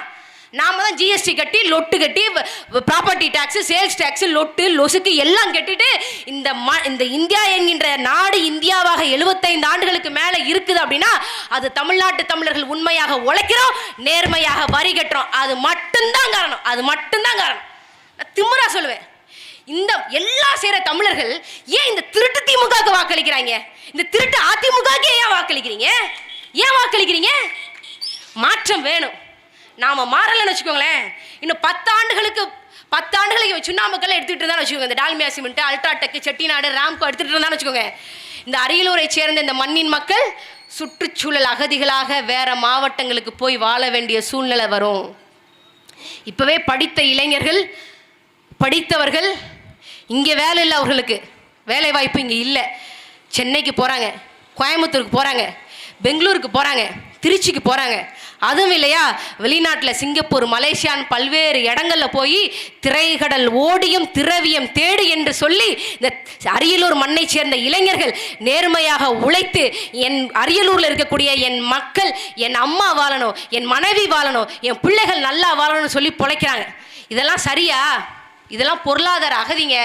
ஈழத்தில் தமிழர்கள் விரட்டி அடிக்கப்பட்டாங்க, உலகத்தில் இருக்கக்கூடிய பல்வேறு நாடுகளுக்கு போனாங்க அரசியல் அகதிகளாக. தமிழ்நாட்டு தமிழர்கள் நாமளும் போகிறோம். எங்கே போகிறோம்? வெளிநாட்டுக்கு போகிறோம், அரேபிய நாடுகளுக்கு போகிறோம், துபாய்க்கு போகிறோம், குவைத்துக்கு போகிறோம், பஹ்ரைனுக்கு போகிறோம், சிங்கப்பூர் போகிறோம், மலேசியா போகிறோம், யூரோப் போகிறோம், அமெரிக்கா போகிறோம், கனடாவுக்கு போகிறோம், பொழைக்கிறதுக்காக. ஏன்? படித்த படிப்புக்கு ஏற்ற வேலை இல்லை, வேலைக்கேற்ற ஊதியம் இல்லை, ஊதியத்துக்கு ஏற்ற வரி இல்லை, வரி அதிகமாக இருக்குது. அந்த வரி எனக்கு என்னவா திரும்பி வருது? எதுவாகவும் திரும்பி வரல. அப்போ என்ன பண்ணுறான்? நல்ல வாழ்க்கை தரத்தை நோக்கி இங்கே இருக்கக்கூடிய படித்த இளைஞர்கள் நகர்றாங்க. எந்த கிராமத்தில் அங்கே இளைஞர்கள் இருக்காங்க? ஊரில் ஒரு திருவிழா நடக்குதுன்னா இளைஞர்கள் இல்லை. எனக்கு வேலை இருக்கு. ஊர் திருவிழாவே சனிக்கிழமை ஞாயிற்றுக்கிழமை வந்தால் தான் ஊர் இளைஞர்கள் வர்றாங்களா இல்லையா? இளைஞர்கள் கிடையாது கிராமங்கள்ல, எல்லாம் ஓடிட்டான், புழப்ப தேடி ஓடிட்டான். இதெல்லாம் மாறணும்னு நினைக்கிறோம். நாங்கள் சும்மாலாம் வரலைங்க. விவசாயம் என்னங்க உங்க சின்ன விவசாயம்? நான் சொல்றேன், எங்கள் அண்ணன் செந்தமிழன் சீமான் அவர்கள் ஆட்சி அமைந்தால் இந்த குட்டரக நெல் கிடையாது. ஏன்னா இந்த குட்டரக நெல் நம்ம நெல் கிடையாது. இந்த உலகத்துக்கு முதல்ல விவசாயத்தை கற்பித்தவன் மானத்தமிழன். நாம தான் இந்த உலகத்துக்கு விவசாயத்தை கற்றுக் கொடுத்தோம். ஆனா அமெரிக்காவை சேர்ந்த ராக்கஃபெல்லர் ஃபவுண்டேஷன், ஃபோர்டு ஃபவுண்டேஷன் ஒருத்தன், அவன் யார் தெரியுமா? முதல்ல இந்த பெட்ரோலை ஸ்டாண்டர்ட் ஆயில்னு சொல்லி நீங்கள் பார்த்துருப்பீங்க. அமெரிக்காவில் முதல்ல பெட்ரோல் விற்றவன் தான் ஸ்டாண்டர்ட் ஆயில்காரன். அவன் தான் ராக்கஃபெல்லர், அவன் பேர் ராக்கஃபெல்லர். அவனுடைய ஃபவுண்டேஷன் தான் முதல்ல இந்தியாவுக்கு குட்டரக நெல்லை கொண்டு வருது. ஏன் நெல்லை கொண்டு வருது? ஏன்னா உலகப்போர் நடந்தது 1914 19 வரைக்கும் முதல் உலகப்போர் நடந்தது. 1939 45 வரைக்கும் 2ஆம் உலகப்போர் நடந்தது. 1914க்கு முன்னாடி, உலகப்போருக்கு முன்னாடி நைட்ரஜன்கிற ஒரு இதை வந்து இந்த மேனுஃபேக்சரிங் அதாவது வந்து ஒரு ஆலையில் வந்து உற்பத்தி செய்ய முடியல. நைட்ரஜன் வந்து இங்கே காற்றுல இருக்கும், அதை வந்து உள்ளே கொண்டு வர முடியல. ஆனால் அதுக்கப்புறம் 1914க்கு முன்னாடி தான் நைட்ரஜனை தொழிற்சாலைகளில் வந்து தயாரிக்கக்கூடிய முறை வந்து கண்டுபிடிச்சாங்க. அதை கண்டுபிடிச்சதுக்கு அப்புறம் தான் என்ன கண்டுபிடிச்சான் அப்படின்னா, பயங்கரவாதிகள் பயன்படுத்தக்கூடிய வெடிகுண்டை கண்டுபிடிச்சான். நீங்கள் பார்த்தீங்கன்னா ஒரு இடத்துல ஒரு பயங்கரவாதி வெடி வெடிச்சுட்டு போயிட்டார் அப்படின்னா அங்கே ஒரு வல்லுநர் குழு போகும். வல்லுநர் குழு போய் என்ன பண்ணும், அங்கே டிஎன்டி இருக்கான்னு சொல்லி பார்க்கும். டிஎன்டினா என்னங்க, ட்ரைன் நைட்ரோ டொலுவின்கிற ஒரு வேதிப்பொருள். அந்த பொருள் இருந்தால் ஆமாம் இது வந்து வெடிபொருள் தான், இந்த வெடிபொருளை தான் இந்த பயங்கரவாதிகள் பயன்படுத்தியிருக்கிறாங்க அப்படின்னு சொல்லி உறுதிப்படுத்துவாங்க. இந்த ட்ரைன் நைட்ரோ டொலுவின், இந்த நைட்ரஜன், இந்த வெடிபொருள் வந்து பயங்கரவாதிகள் நடத்தக்கூடிய இடத்துல மட்டும் இல்லை, நம்ம கழனி காட்டுலையும் இருக்குது, நம்ம விவசாயத்துலையும் இருக்குது. ஏன்னா இந்த உலகப்போரில், இந்த 2 உலகப்போரில் நிறைய நைட்ரஜனை தயாரிச்சிட்டான். அந்த நைட்ரஜனை தயாரித்து யார் தலையில் கெட்டுறதுன்னு தெரியல. அப்போ தான் 1945 2ஆம் உலகப்போர் முடியுது. 47 இந்தியா விடுதலை பெறுது. இவன் ரொம்ப இழிச்சவாயனா இருக்கானே, இவன் தலையில் கெட்டிடலாம் போலையே அப்படின்னு சொல்லி வர்றாங்க. வரும்போது என்ன பண்ணுறாங்க, ஒட்டு மொத்தமாக அந்த நைட்ரஜனு, பொட்டாசு, பாஸ்பரஸ், என்பிகேன்னு சொல்லுவாங்க, அந்த ஒட்டு மொத்தமாக இவன் தலையிலே கட்டிடலாம் அப்படின்னு சொல்லிட்டு கட்டுனாங்க. ஆனால் நம்ம தான் 10,000 வருஷமாக விவசாயம் பண்ணிட்டு வரோமே, நமக்கு இருக்கக்கூடிய பெரிய ரக நெல் இந்த உரத்தை எல்லாம் எடுத்துக்கல. ஏன்னா நம்ம தான் வந்து அடி காட்டுக்கு, நடு மாட்டுக்கு, நுனி வீட்டுக்குன்னு சொல்லி ஒரு மிகப்பெரிய ஒரு பொருளாதார தற்சார்பு பொருளாதாரத்தில் நம்ம இருக்கிறோம். இவன் உரத்துக்கு நம்ம பயிர் செட் ஆகலை. அப்போ என்ன பண்ணுறது, உன் பயிர் நல்லா விளையலப்பா, 1 ஏக்கர் நிலத்துக்கு வந்து இத்தனை டன்னு தான் கொடுக்குது, அதனால் இதை மாற்றுப்பா. நான் வந்து ஃபிலிப்பைன்ஸில் வந்து ஒரு நெல் ஆராய்ச்சி நிலையம் போட்டிருக்கேன். இன்டர்நேஷ்னல் ரைஸ் ரிசர்ச் இன்ஸ்டியூட் ஃபிலிப்பைன்ஸ்னு தேடி பாருங்க, இருக்கும். இந்த 5008 5010 ஐஆர்னா வந்து கோயில் கருவறையில் மணி அடித்து அது கிடையாது. ஐஆர்னா இன்டர்நேஷ்னல் ரைஸு. ஃபிலிப்பைன்ஸ் வந்து நமக்கு வந்துச்சு குட்டரக நெல். இந்த குட்டரக நெல்லுக்கு தான் இவன் கொண்டு வந்த உரம் பயன்பட்டுச்சு. நீங்கள் நினைக்கிறீங்க பயிருக்கேற்ற உரம் போடணும், அவன் உரத்துக்கேற்ற பயிரைத்தான் நம்ம தலையில் வந்து கட்டினான். அன்னைக்கு 1960களில் 70களில் இருந்து தான் நம்மளுடைய பாரம்பரிய பயிர்கள் அழிஞ்சு குட்டரக பயிர்கள் வந்து வந்தது. இதிலிருந்து நம்மளுடைய பயிர்கள் எல்லாம் படுத்துருச்சு. ஏன்னா அந்த பயிர்களுக்கு நிறைய தண்ணி தேவை, நிறைய உரம் தேவை. நம்ம விவசாயிகள் என்ன பண்ணாங்க, விவசாய வெள்ளாமை வந்துச்சா அதுலேருந்து விதை நெல்லை சேமித்து வச்சாங்க. ஆடு மாடு இருந்ததா, பக்கத்தில் கழனி தண்ணி குளம் இருந்ததா, குளம் கரைஞ்சி மழைக்காலம் முடிஞ்சதுக்கப்புறம் மாட்டு வண்டியில் கரம்ப மண் எடுத்தாங்க. கரம்ப மண், மாட்டு புழுக்க, மாட்டுச்சாணி, ஆட்டு புழுக்க எல்லாத்தையும் சேர்ந்து அந்த உழுகும்போது உழுதுக்கப்புறம் போட்டு விட்டாங்க. மண் வளமாச்சு.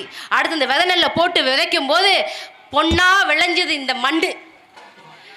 விவசாயி தற்கொலை பண்ணிக்கல, விவசாயி மண்ணிலிருந்து பொண்ணை விளைவிச்சான். அப்படிப்பட்ட விவசாயம் பண்ணோம். இதுக்கப்புறம் வந்துச்சு 5008 5020 கொண்டு வந்தான். இப்போ என்ன பண்ணா, உரம் அவன் கொடுக்கணும், விதை அவன் கொடுக்கணும், பூச்சிக்கொல்லி மருந்து அவன் கொடுக்கணும், தண்ணி மேட்டூரில் தண்ணி வந்தால் தான் இங்கே தண்ணி வரும். அப்போது ஒட்டு மொத்தமாக என்ன பண்ணிட்டான், முதலீடை வெளியேருந்து போட ஆரம்பிச்சிட்டான். இயற்கை விவசாயம் பண்ணும்போது விவசாயி உள்ளேருந்து முதலீடை போட்டான். செயற்கை விவசாயம் போகும்போது உரத்துலேருந்து, பூச்சிக்கொல்லியிலேருந்து, விதையிலேருந்து எல்லாம் பன்னாட்டு முதலாளிகள்கிட்ட விவசாயம் போயிடுச்சு. உங்களுக்கு தெரியுமா, கடந்த 30 ஆண்டுகளில் மட்டும் கடனால் தற்கொலை செய்த விவசாயிகளுடைய எண்ணிக்கை மட்டும் 1.5 லட்சம்.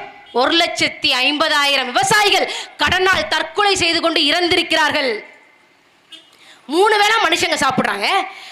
140 கோடி மக்கள் இருக்காங்க இந்தியாவில். 140 கோடி பேரும் 3 வேளை சாப்பிட்றாங்க. நல்ல டிமாண்ட் இருக்குது, சாப்பாடுக்கான டிமாண்ட் இருக்குது. அந்த சாப்பாடை, அரிசியை, கோதுமையை விளைவிக்கக்கூடிய விவசாயிகள் ஏன் கடனால் தற்கொலை செய்து சாகிறார்கள் என்ற யோசனையை, இந்த சிந்தனையை எந்த ஆட்சியாளனாவது சிந்திச்சிருக்கானா? சிந்திக்க மாட்டான். காரணம் என்ன? ஏன்னா விதநெல்லுக்காரன், உர கம்பெனிக்காரன், பூச்சிக்கொல்லி கம்பெனிக்காரன் எல்லாமே இங்கே இருக்கக்கூடிய பாஜகவுக்கு, திமுகவுக்கு, காங்கிரஸ்க்கு, அதிமுகவுக்கு கமிஷன் கொடுப்பான், தேர்தல் நிதி கொடுப்பான். அதனால அவன் வந்து என்ன பண்ணுவான், இந்த விவசாயத்தை தான் வேணும், செயற்கை விவசாயம் தான் பண்ண நினைப்பான். ஆனால் நாம் தமிழர் கட்சி எனக்கு எதை விடையும் விவசாயம் தான் முக்கியம். இவன் சொல்கிறால 50,000 கோடி டாஸ்மாக் மூலமாக வித்த வருமானம் என்று, அதை ஒழிக்கிறோம். நீ என்னடா 50,000 கோடி டாஸ்மாக்ல விழிக்கிற? நான் 1 லட்சம் கோடி, பல லட்சம் கோடி தமிழ்நாடு மக்கள் விவசாயத்திலிருந்து, நெல் உற்பத்தியிலிருந்து மட்டும் எடுத்து கொடுக்குறேன். உலகம் முழுக்க தேடி பாருங்க. நம்ம இந்த தஞ்சை டெல்டா மாதிரி இந்த டெல்டா இருக்கு பார்த்தீங்களா, இந்த சமதள பகுதி, சமவெளி பகுதி, பொன்வளையிற பூமி உலகத்தில் எங்கே கிடையாது, இங்கே மட்டும்தான் இருக்குது. அதை நம்ம விட்டுறக்கூடாதுன்னு நினைக்கிறோம். நாம் தமிழர் கட்சி ஆட்சிக்கு வந்தால் செயற்கை விவசாய முறையை ஒழிக்கிறோம். விதை நெல் கம்பெனிக்காரன், உர கம்பெனிக்காரன், பூச்சிக்கொல்லி கம்பெனிக்காரன் இருந்தால் ஓடிரு. நாம் தமிழர் கட்சி அண்ணன் சீமான் அவர்கள் மாடுகளுக்கு கூட்டம் நடத்துறாரு, ஆடுகளுக்கு கூட்டம் நடத்துறாருன்னா எதுக்கு? நாங்கள் வருவோம், எங்கள் விவசாயத்துக்கு ஆடு மாடு வேணும், அந்த ஆட்டு மாட்டை நாங்கள் இப்பயே உறுதிப்படுத்துகிறோம், அவர்களுக்கான மேய்ச்சல் நிலத்தை நாம் தமிழர் கட்சி இப்பயே உறுதிப்படுத்து. அதுதான் அது காரணம். அண்ணன் சிவசங்கரன் அவர்களுக்கு பதில் கிடச்சிருக்குன்னு நினைக்கிறேன். எங்க 2021 ஆண்டுக்கு முன்னாடி ஸ்டாலின் அவர்கள் என்னங்க கட்சி பணி செஞ்சார்? திமுக காரன் எங்கேயாவது புரோட்டா சாப்பிட்ருவான், காசு கொடுக்க மாட்டான், பாக்ஸிங் போட்டு அந்த கடை முதலாளி அடித்து போட்டுருவான், அந்த கடை முதலாளி ஆஸ்பத்திரியில் போய் சேர்ந்துருப்பார், இவர் போய் சாரி கேட்டு வருவார். அது திராவிட மாடல், திருட்டு மாடல் ஆட்சிங்க, திருட்டு மாடல் வாக்கு சேகரிக்கும் முறை. ஆனால் நாம் தமிழர் கட்சிக்காரங்க நாங்கள் தமிழ் தேசியக்காரங்க, நாங்கள் மக்களுக்கான அரசியல் பண்ணுறோம். அதனால பஞ்சமினியில் மீட்பு பற்றி பேசுகிறோம், பனையேரிகளுக்காக நாங்கள் பேசுகிறோம், ஆடு மாடுகளுக்காக நாங்கள் பேசுகிறோம். தமிழ் தேசிய அரசியல் ஆடு மாடுகளுக்கான அரசியல் தான், மரத்துக்கான அரசியல் தான், தண்ணீருக்கான அரசியல் தான். இதைத்தான் நாங்கள் பேசுவோம். நீங்கள் உங்களை மாதிரி நினச்சிங்களா? பாக்ஸிங் போட்டு தின்ன சாப்பாடு காசு கொடுக்காம திருட்டு திமுகவினுடைய அரசியல் நினைச்சிங்களா? நாம் தமிழர் கட்சியின் என்பது தமிழ் தேசிய அரசியல். ஓர் உயிராக இருக்கக்கூடிய மரத்துக்கும் அரசியல் பண்ணுவோம், 4 அறிவு உயிரினமாக இருக்கக்கூடிய மாட்டுக்கு அரசியல் பண்ணுவோம், ஓர் அறிவு உயிரினமாக இருக்கக்கூடிய மரமும் 4 அறிவு உயிரினமாக இருக்கக்கூடிய மாடும் நன்றாக இருந்தால்தான் 6 அறிவு இருக்கக்கூடிய மனுஷன் இந்த பூமியில நிம்மதியாக வாழ முடியும். அதுதான் தமிழ் தேசிய அரசியல். அந்த தமிழ் தேசிய அரசியலை தான் எங்கள் அண்ணன் செந்தமிழன் சீமான் அவர்கள் தமிழ்நாட்டில் செய்கிறாங்க. இது வரணும். வந்தால் என்னங்க நடக்கும்? இங்கே வெறும் அரிசி, மக்காச்சோளம், நிலக்கடலை. நீங்கள் முந்திரிக்கு நல்லா விலை கிடைக்க மாட்டேங்குது அப்படின்னு, முந்திரி பருப்புக்கு விலை கிடைக்கலன்னா விடுங்க, கிடைக்கும். ஆனால் அதை விட ஒரு முக்கியமான ஒரு இது என்ன தெரியுமா? எங்கள் அண்ணன் பனை மரத்துலேருந்து பனங்கல் எடுக்குவோம், தென்னை மரத்துலேருந்து தென்னங்கல்ல இறக்குவோம். அதை விட மிக முக்கியமாக விலை போகக்கூடிய ஒரு பொருள் இருக்குது. என்ன தெரியுமா? கோவாவில் போய் பாருங்க, இந்த முந்திரி பழம் இருக்குது பார்த்தீங்களா, முந்திரி பழத்துலேருந்து ஒரு ஆல்கஹால் எடுப்பாங்க, ஃபெனின்னு பேர். இந்த ஃபெனி 1 லிட்டர் ஃபெனி பல 100 ரூபாய்க்கு போகும், 1000 ரூபாய்க்கு மேலே போகும். இதை நாம ஏன் செய்யக்கூடாது? பழத்தை எடுத்து வெறும் முந்திரி கொட்டையை மட்டும் போட்டுருக்கோம். முந்திரி கொட்டைக்கு காசு வருதோ இல்லையோ, ஆனால் அந்த முந்திரி பழத்தின் மூலமாக தயாரிக்கக்கூடிய சாராயத்திற்கு உலக அளவில் டிமாண்ட் இருக்கு. இதை நம்ம செய்வோம், இதை கட்டாயம் செய்வோம். கோவாவில் போய் பாருங்க, ஃபெனின்னு தட்டி பாருங்க, விவசாயிகள் செய்யலாங்க. நம்ம தொழில்துறை அமைச்சர் டிஆர்பி ராஜா செய்கிறாரு பாருங்க, நிலத்தடியிலிருந்து நீர் எடுத்து அழுகி போன அரிசியெல்லாம் கொண்டு வந்து, காஞ்சி போன அரிசியெல்லாம் கொண்டு வந்து சாராயம் தயாரிக்கிற அந்த விவசாயம் கிடையாது. நம்ம மக்கள் நம்ம வீட்டில் செய்யக்கூடிய இந்த சாராயத்தை நாம் உலகத்தரத்துக்கு கொண்டு போகிறோம். முந்திரினால முந்திரி பருப்பு மட்டும் இல்லை, முந்திரி பழத்தினால வரக்கூடிய சாராயமும் நமக்கு வருமானம் தான். இதெல்லாம் வந்து இந்த மக்கள்கிட்ட இருந்து எப்படிலாம் கொள்ளையடிக்கலாம் அப்படின்னு நினைக்கிறவங்களால வராது. என் மக்களை எப்படிலாம் வாழ வைக்கலாம் அப்படிங்கிற நாம் தமிழர் கட்சி தான் இந்த மாதிரியான விஷயங்களை பேசுவாங்க. இது கங்கை கொண்ட சோழபுரத்துக்கு பக்கத்தில் இருக்கக்கூடிய மண். கங்கை கொண்ட சோழபுரம் சாதாரண மண் இல்லை. ஒரு நூலில் சொல்கிறான், சங்ககால பாடல்கள் ஒன்று சொல்கிறான், சோழ நாட்டினுடைய துறைமுகத்தில் அத்தனை பொருள் வந்து குவிஞ்சிருக்குமா. அந்த குவிஞ்சிருக்கிற பொருள் மலை மாதிரி இருக்குமா. மேலே இருக்கிற சூரிய கதிர்கள் வந்து கீழே நிலத்திலே பட முடியாத அளவுக்கு பொருட்கள் வந்து சோழ நகரத்தினுடைய துறைமுக நகரில் கொட்டி கிடக்கும். எதுக்குங்க கொட்டி கிடக்குது? சோழனுடைய புலி முத்திரையை வந்து பதிச்சு அது சோழ நாட்டு துறைமுகத்திலேருந்து வெளிநாடுகளுக்கு போய் வியாபாரம் பார்க்கறதுக்காக அது காத்திருக்கு அப்படின்னு சொல்லி போடுறான். பட்டினப்பாலை என்கின்ற நூலில் செல்கதிர் நுழையா செல்லுநகர் வரப்பின் செல்லா நல்லிசை அமரர் காப்பின் நீரின் வந்த நிமிர்பரி புறவியும் காலின் வந்த கருங்கரி மூடையும் வடமலை பிறந்த பொன்னும் மணியும் குடமலை பிறந்த ஆரமும் அகிலும் தென்கடல் முத்தும் குணக்கடல் துகிரும் கங்கை வாரியும் காவேரி பயனும் ஈழத்து உணவும் காழகத்து ஆக்கமும் அரியவும் பெரியவும் நெறியவும் ஈண்டு வனந்தலை மயங்கிய நனந்தலை மருகின் என்று பட்டினப்பாலை நூலில் கடியலூர் உத்தரங்கனார் பாடுறார். எங்கெங்கிருந்து வந்திருக்கு பாருங்க.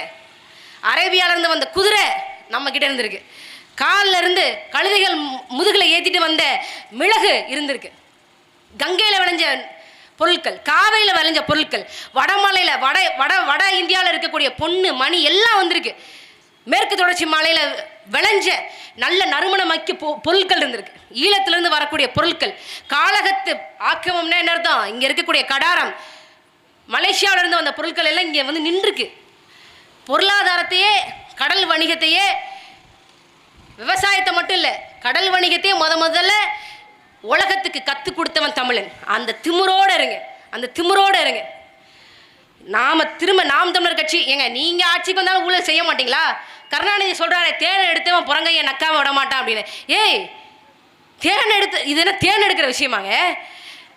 1000 ஆண்டுகள் ஆயிடுச்சு. 1025ஆம் ஆண்டு ராஜேந்திர சோழன் கடற்படையை நடத்தி கங்கையை வென்றான், கடாரத்தை கொண்டான், கடாரத்தை வீழ்த்தினான். இங்க இருக்கக்கூடிய கிழக்கிந்திய நாடுகளை எல்லாம் தன் புலி முத்திரையை பறிச்சான், புலிக்கொடியை பறக்க விட்டான். அந்த மாதிரி வரலாற்றில் நின்று வாழக்கூடிய ஆட்சியாக நாம் தமிழர் கட்சியின் ஆட்சி இருக்கணும். அதுக்கு என்ன பண்ணணும்? மக்களை விடுதலை செய்யணும். மக்களை முதல்ல தற்சார்புக்குள்ள கொண்டு மக்களுக்கான உணவு தேவை நிறுத்தணும். உணவு தேவையை மேம்படுத்தணும். இவன் எல்லாம் சொல்லுவான், உணவு தேவையெல்லாம் நாங்கள் முடிச்சிட்டோங்க, நாங்கள் தான் ரேஷன் கடையில் வந்து அரிசி போடுறோம்ல 25 கிலோ கொடுக்குறோம் ஒரு அட்டைக்கு. நீ ஏன் அது கொடுக்குற தெரியுமா? தமிழ்நாடு அரசாங்கம் ஏன் வந்து இலவச அரிசி கொடுக்க தெரியுமா? ஏன்னா வயிறு பசிச்சு கிடந்தா மூளை வந்து தீயா எரியும். மூளை தீயா எரிஞ்சா அரசாங்கத்தை எதிர்த்து இந்த சாதாரண மக்கள் கேள்வி கேட்பார்கள். அரசாங்கத்தை எதிர்த்து சாதாரண மக்கள் கேள்வி கேட்டார்கள் என்றால் இந்த நாட்டில் புரட்சி வெடிக்கும். அதனால் அவனுக்கு கால் வைத்து கஞ்சாவது ஊத்து என்று சொல்லிதான் திமுகவை ஆரம்பித்த அறிஞர் அண்ணா 3 படி லட்சியம் 1 படி நிச்சயம் என்று சொல்லி அடுத்து வந்த எல்லா ஆட்சியாளர்களும் நமக்கு சோறு மட்டும் போட்டுருவான். ஆனால் காய்கறி விளைவிச்சு தர மாட்டான், பழங்கள் கிடைக்காது. சோறு மட்டுமா? ஊட்டச்சத்து வேணும் இல்லையா? உன் பிள்ளைக்கு வெறும் சோறு மட்டும் போடுவியா?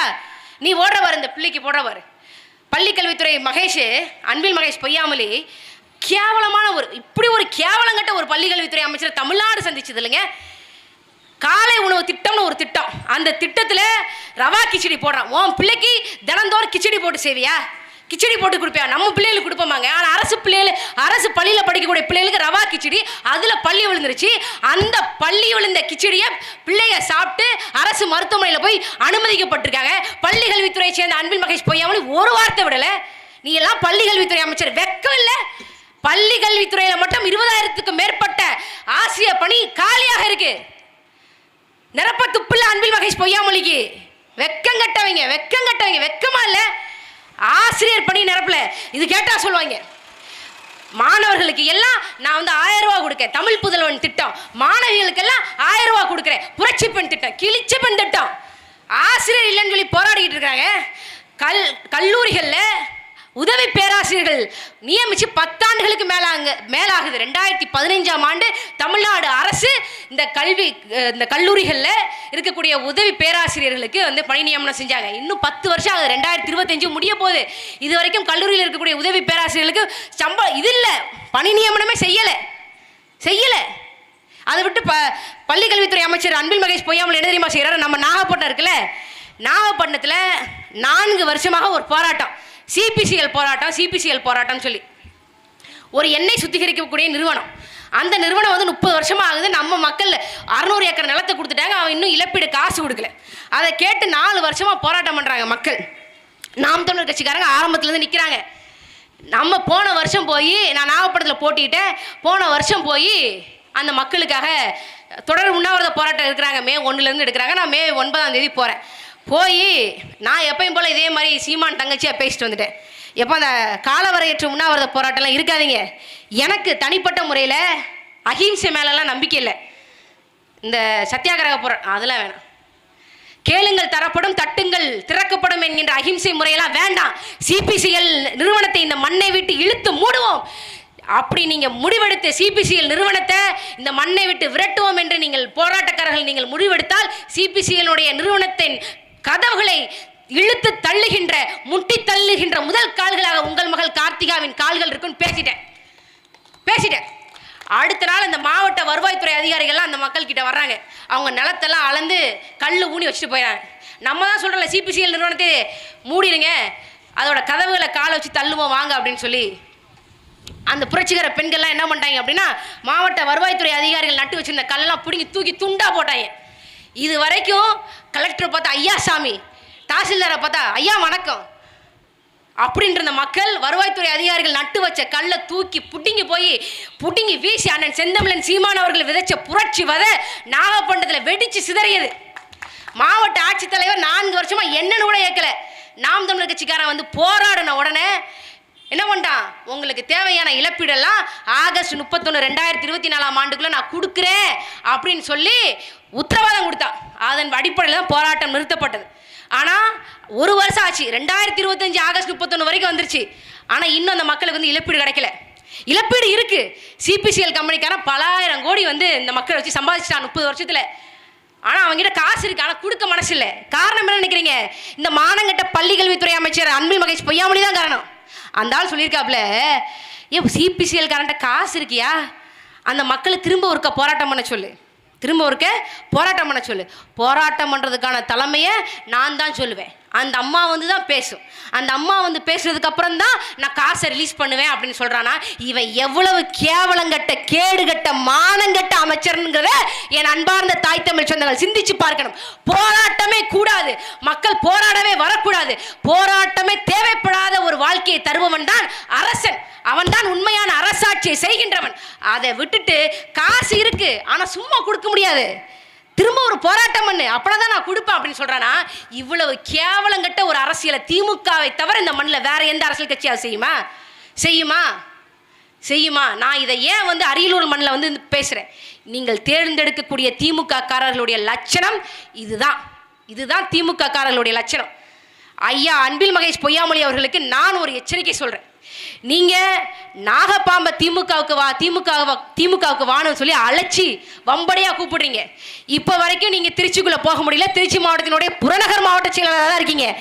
அந்த நாகப்பாம்பு திமுகக்குள்ள வந்துருச்சு அப்படின்னா நீங்க தமிழ்நாட்டுக்கே புறநகராக மாறிடுவீங்க. அன்பார்ந்த அன்பில் மகேஷ் பொய்யாமொழி அவர்களை நீங்கள் திருந்துங்க. அந்த மக்களை போராட்டம் பண்ண விடாதீங்க. போராட்டம் பண்ண விடாம அந்த மக்களுக்கு தேவையான இழப்பீட்டு தொகை கொடுத்து தொலைங்க. இப்படிப்பட்ட ஒரு கேவலங்கட்ட ஆட்சி தான் இருக்கு. அன்பார்ந்த தாய் தமிழ் சொந்தங்களே, நாங்கள் வந்தால் தரமான எதுவும் இலவசமாக தரமாட்டோம். வாக்குக்கு காசு இருந்தாலும் தரமாட்டோம். நாங்கள் வந்தால் தரமான கல்வி, ப்ரீகேஜி முதல் பிஎஸ்சி வரை, ஆரம்ப படிப்பு முதல் ஆராய்ச்சி படிப்பு வரை அனைவருக்கும் தரமான, அதிலும் உலகத்தரமான கல்வி இலவசம், அது ஒரு இலவசம். தரமான மருத்துவம். நீங்கள் இந்த மருத்துவம் தமிழ்நாட்டில் இல்லை, வேற ஒரு இடத்துல போய் தான் இந்த மருத்துவம் பார்த்துக்க முடியும். அதுக்கு நிறைய செலவாகும். உங்களுக்கான மருத்துவம் தமிழ்நாட்டில் இல்லை என்றால் அந்த மருத்துவத்துக்கான செலவை தமிழ்நாடு அரசாங்கம் எடுத்துக்கும். ஏனென்றால் தமிழ்நாட்டு மக்களுடைய ஒட்டுமொத்த மருத்துவ தேவைகளையும் பார்த்து கொள்ள வேண்டிய பொறுப்பும் கடமையும் தமிழ்நாடு அரசாங்கத்திற்கு இருக்கிறது. தமிழ்நாட்டின் முதலமைச்சராக இருக்கக்கூடிய அண்ணன் செந்தமிழன் சீமானுக்கு இருக்கிறது என்றதான் அர்த்தம். எல்லாத்தையும் தரமான மருத்துவம், எல்லாம் வந்து காய்ச்சல் மண்டேடியிலிருந்து கேன்சர் வரைக்கும் எல்லாத்துக்கும் தரமான மருத்துவம் இலவசம். தூய குடிநீர் அனைவருக்கும் இலவசம். இந்த 3 தாங்க இலவசம், வேற எதுவும் இலவசம் இல்லை. நாங்கள் வந்த டாஸ்மாக ஒழிப்போம். நீங்கள் ஆண்கள் எங்களுக்கு ஓட்டு போடுங்க, ஓட்டு போடாமல் போங்க, அது உங்கள் விருப்பம். உங்களுடைய வாக்குகளை விட உங்கள் பிள்ளைகளுடைய, உங்கள் பொண்டாட்டிகளுடைய வாழ்க்கை தான் எங்களுக்கு முக்கியம். அதற்காகத்தான் நாங்கள் சொல்கிறோம், நாங்கள் டாஸ்மாக மூடிடுவோம். டாஸ்மாக மூடினா தான் உங்கள் மூளை வேலை செய்யும். வேலைக்கு வருவீங்க, இந்திக்காரனை எடுத்து போராடுவீங்க. தமிழ்நாட்டு தமிழர்களுக்கான தன்னிறைவு பெற்ற தற்சார்பு, பசுமை, தாய்மை வழி பொருளாதாரம் கிடைக்கும். தமிழ்நாட்டில் மட்டும் அண்ணன் செந்தமிழன் சீமான் அவர்கள் ஆட்சி அதிகாரத்தில் உட்காந்துட்டா கர்நாடகக்காரன் இவ்வளவு வாலாட்டுவானா? மேகதட்டு அணையை பற்றி அவன் பேசிடுவானா? முல்லை பெரியாற்று அணை சிக்கல மலையாளி பேசிடுவானே?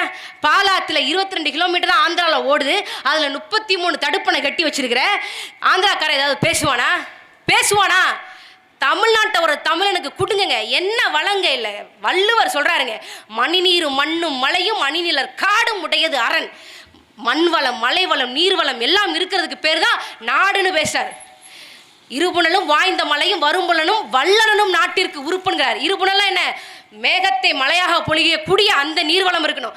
பொழிஞ்ச நீர்வளத்தை இந்த மண்ணில் தேக்கி வைக்கக்கூடிய இந்த நீர்நிலைகள் இருக்கணும். ஏரி இருக்கணும், குளம் இருக்கணும், கம்மா இருக்கணும், குட்டை இருக்கணும், ஏந்தல் இருக்கணும், கரணை இருக்கணும். இதெல்லாம் இருக்கிற நீர்வளம். இந்த 2 நீர்வளம் வந்து நாட்டிற்கு உறுப்பு அப்படின்னு சொல்றாப்புல.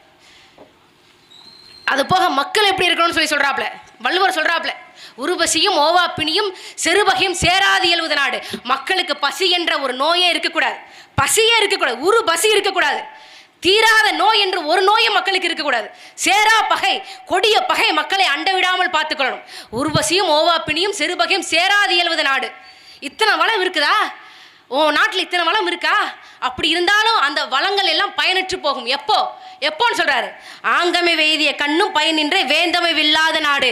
இத்தனை வளங்கள் இருந்தும் ஒரு நாடு பயனற்றதாக போகும். எப்போ அந்த நாட்டை ஆள ஒரு நல்ல அரசன் இல்லை என்றால் அந்த நாட்டின் வளங்கள் எல்லாம் பயனற்று போகும் என்று வள்ளுவர் சொல்கின்றான். அதுதான் என் அன்பார்ந்த தாய் தமிழ் சொந்தங்களை, தமிழ்நாட்டில் 50 ஆண்டுகளாக நடந்து கொண்டிருக்கிறது. நமக்கு எல்லா வளமும் இருக்கு.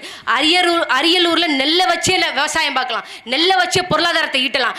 ஆனா சிமெண்ட் ஆலைகளை வச்சு சிமெண்ட் கம்பெனி முதலாளிக்கு தான் நான் பொருளாதாரத்தை கொடுப்பேன், பொருளாதாரத்தை தருவேன் அப்படின்னு சொல்லி அவங்கிட்ட இருந்து தேர்தல் நிதி வாங்கக்கூடிய இந்த அரசியல் கட்சிகள் தான் உங்களுக்கு வேணுமா?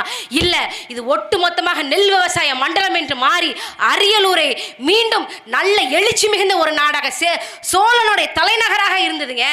அந்த ஆட்சி காலம் திரும்ப 1000 ஆண்டுகள் கழித்து ஒரு தமிழன் தலைமையில் வேணுமா அப்படிங்கிறது என் அன்பார்ந்த தாய் தமிழ் சொந்தங்களை சிந்திச்சு பாருங்க.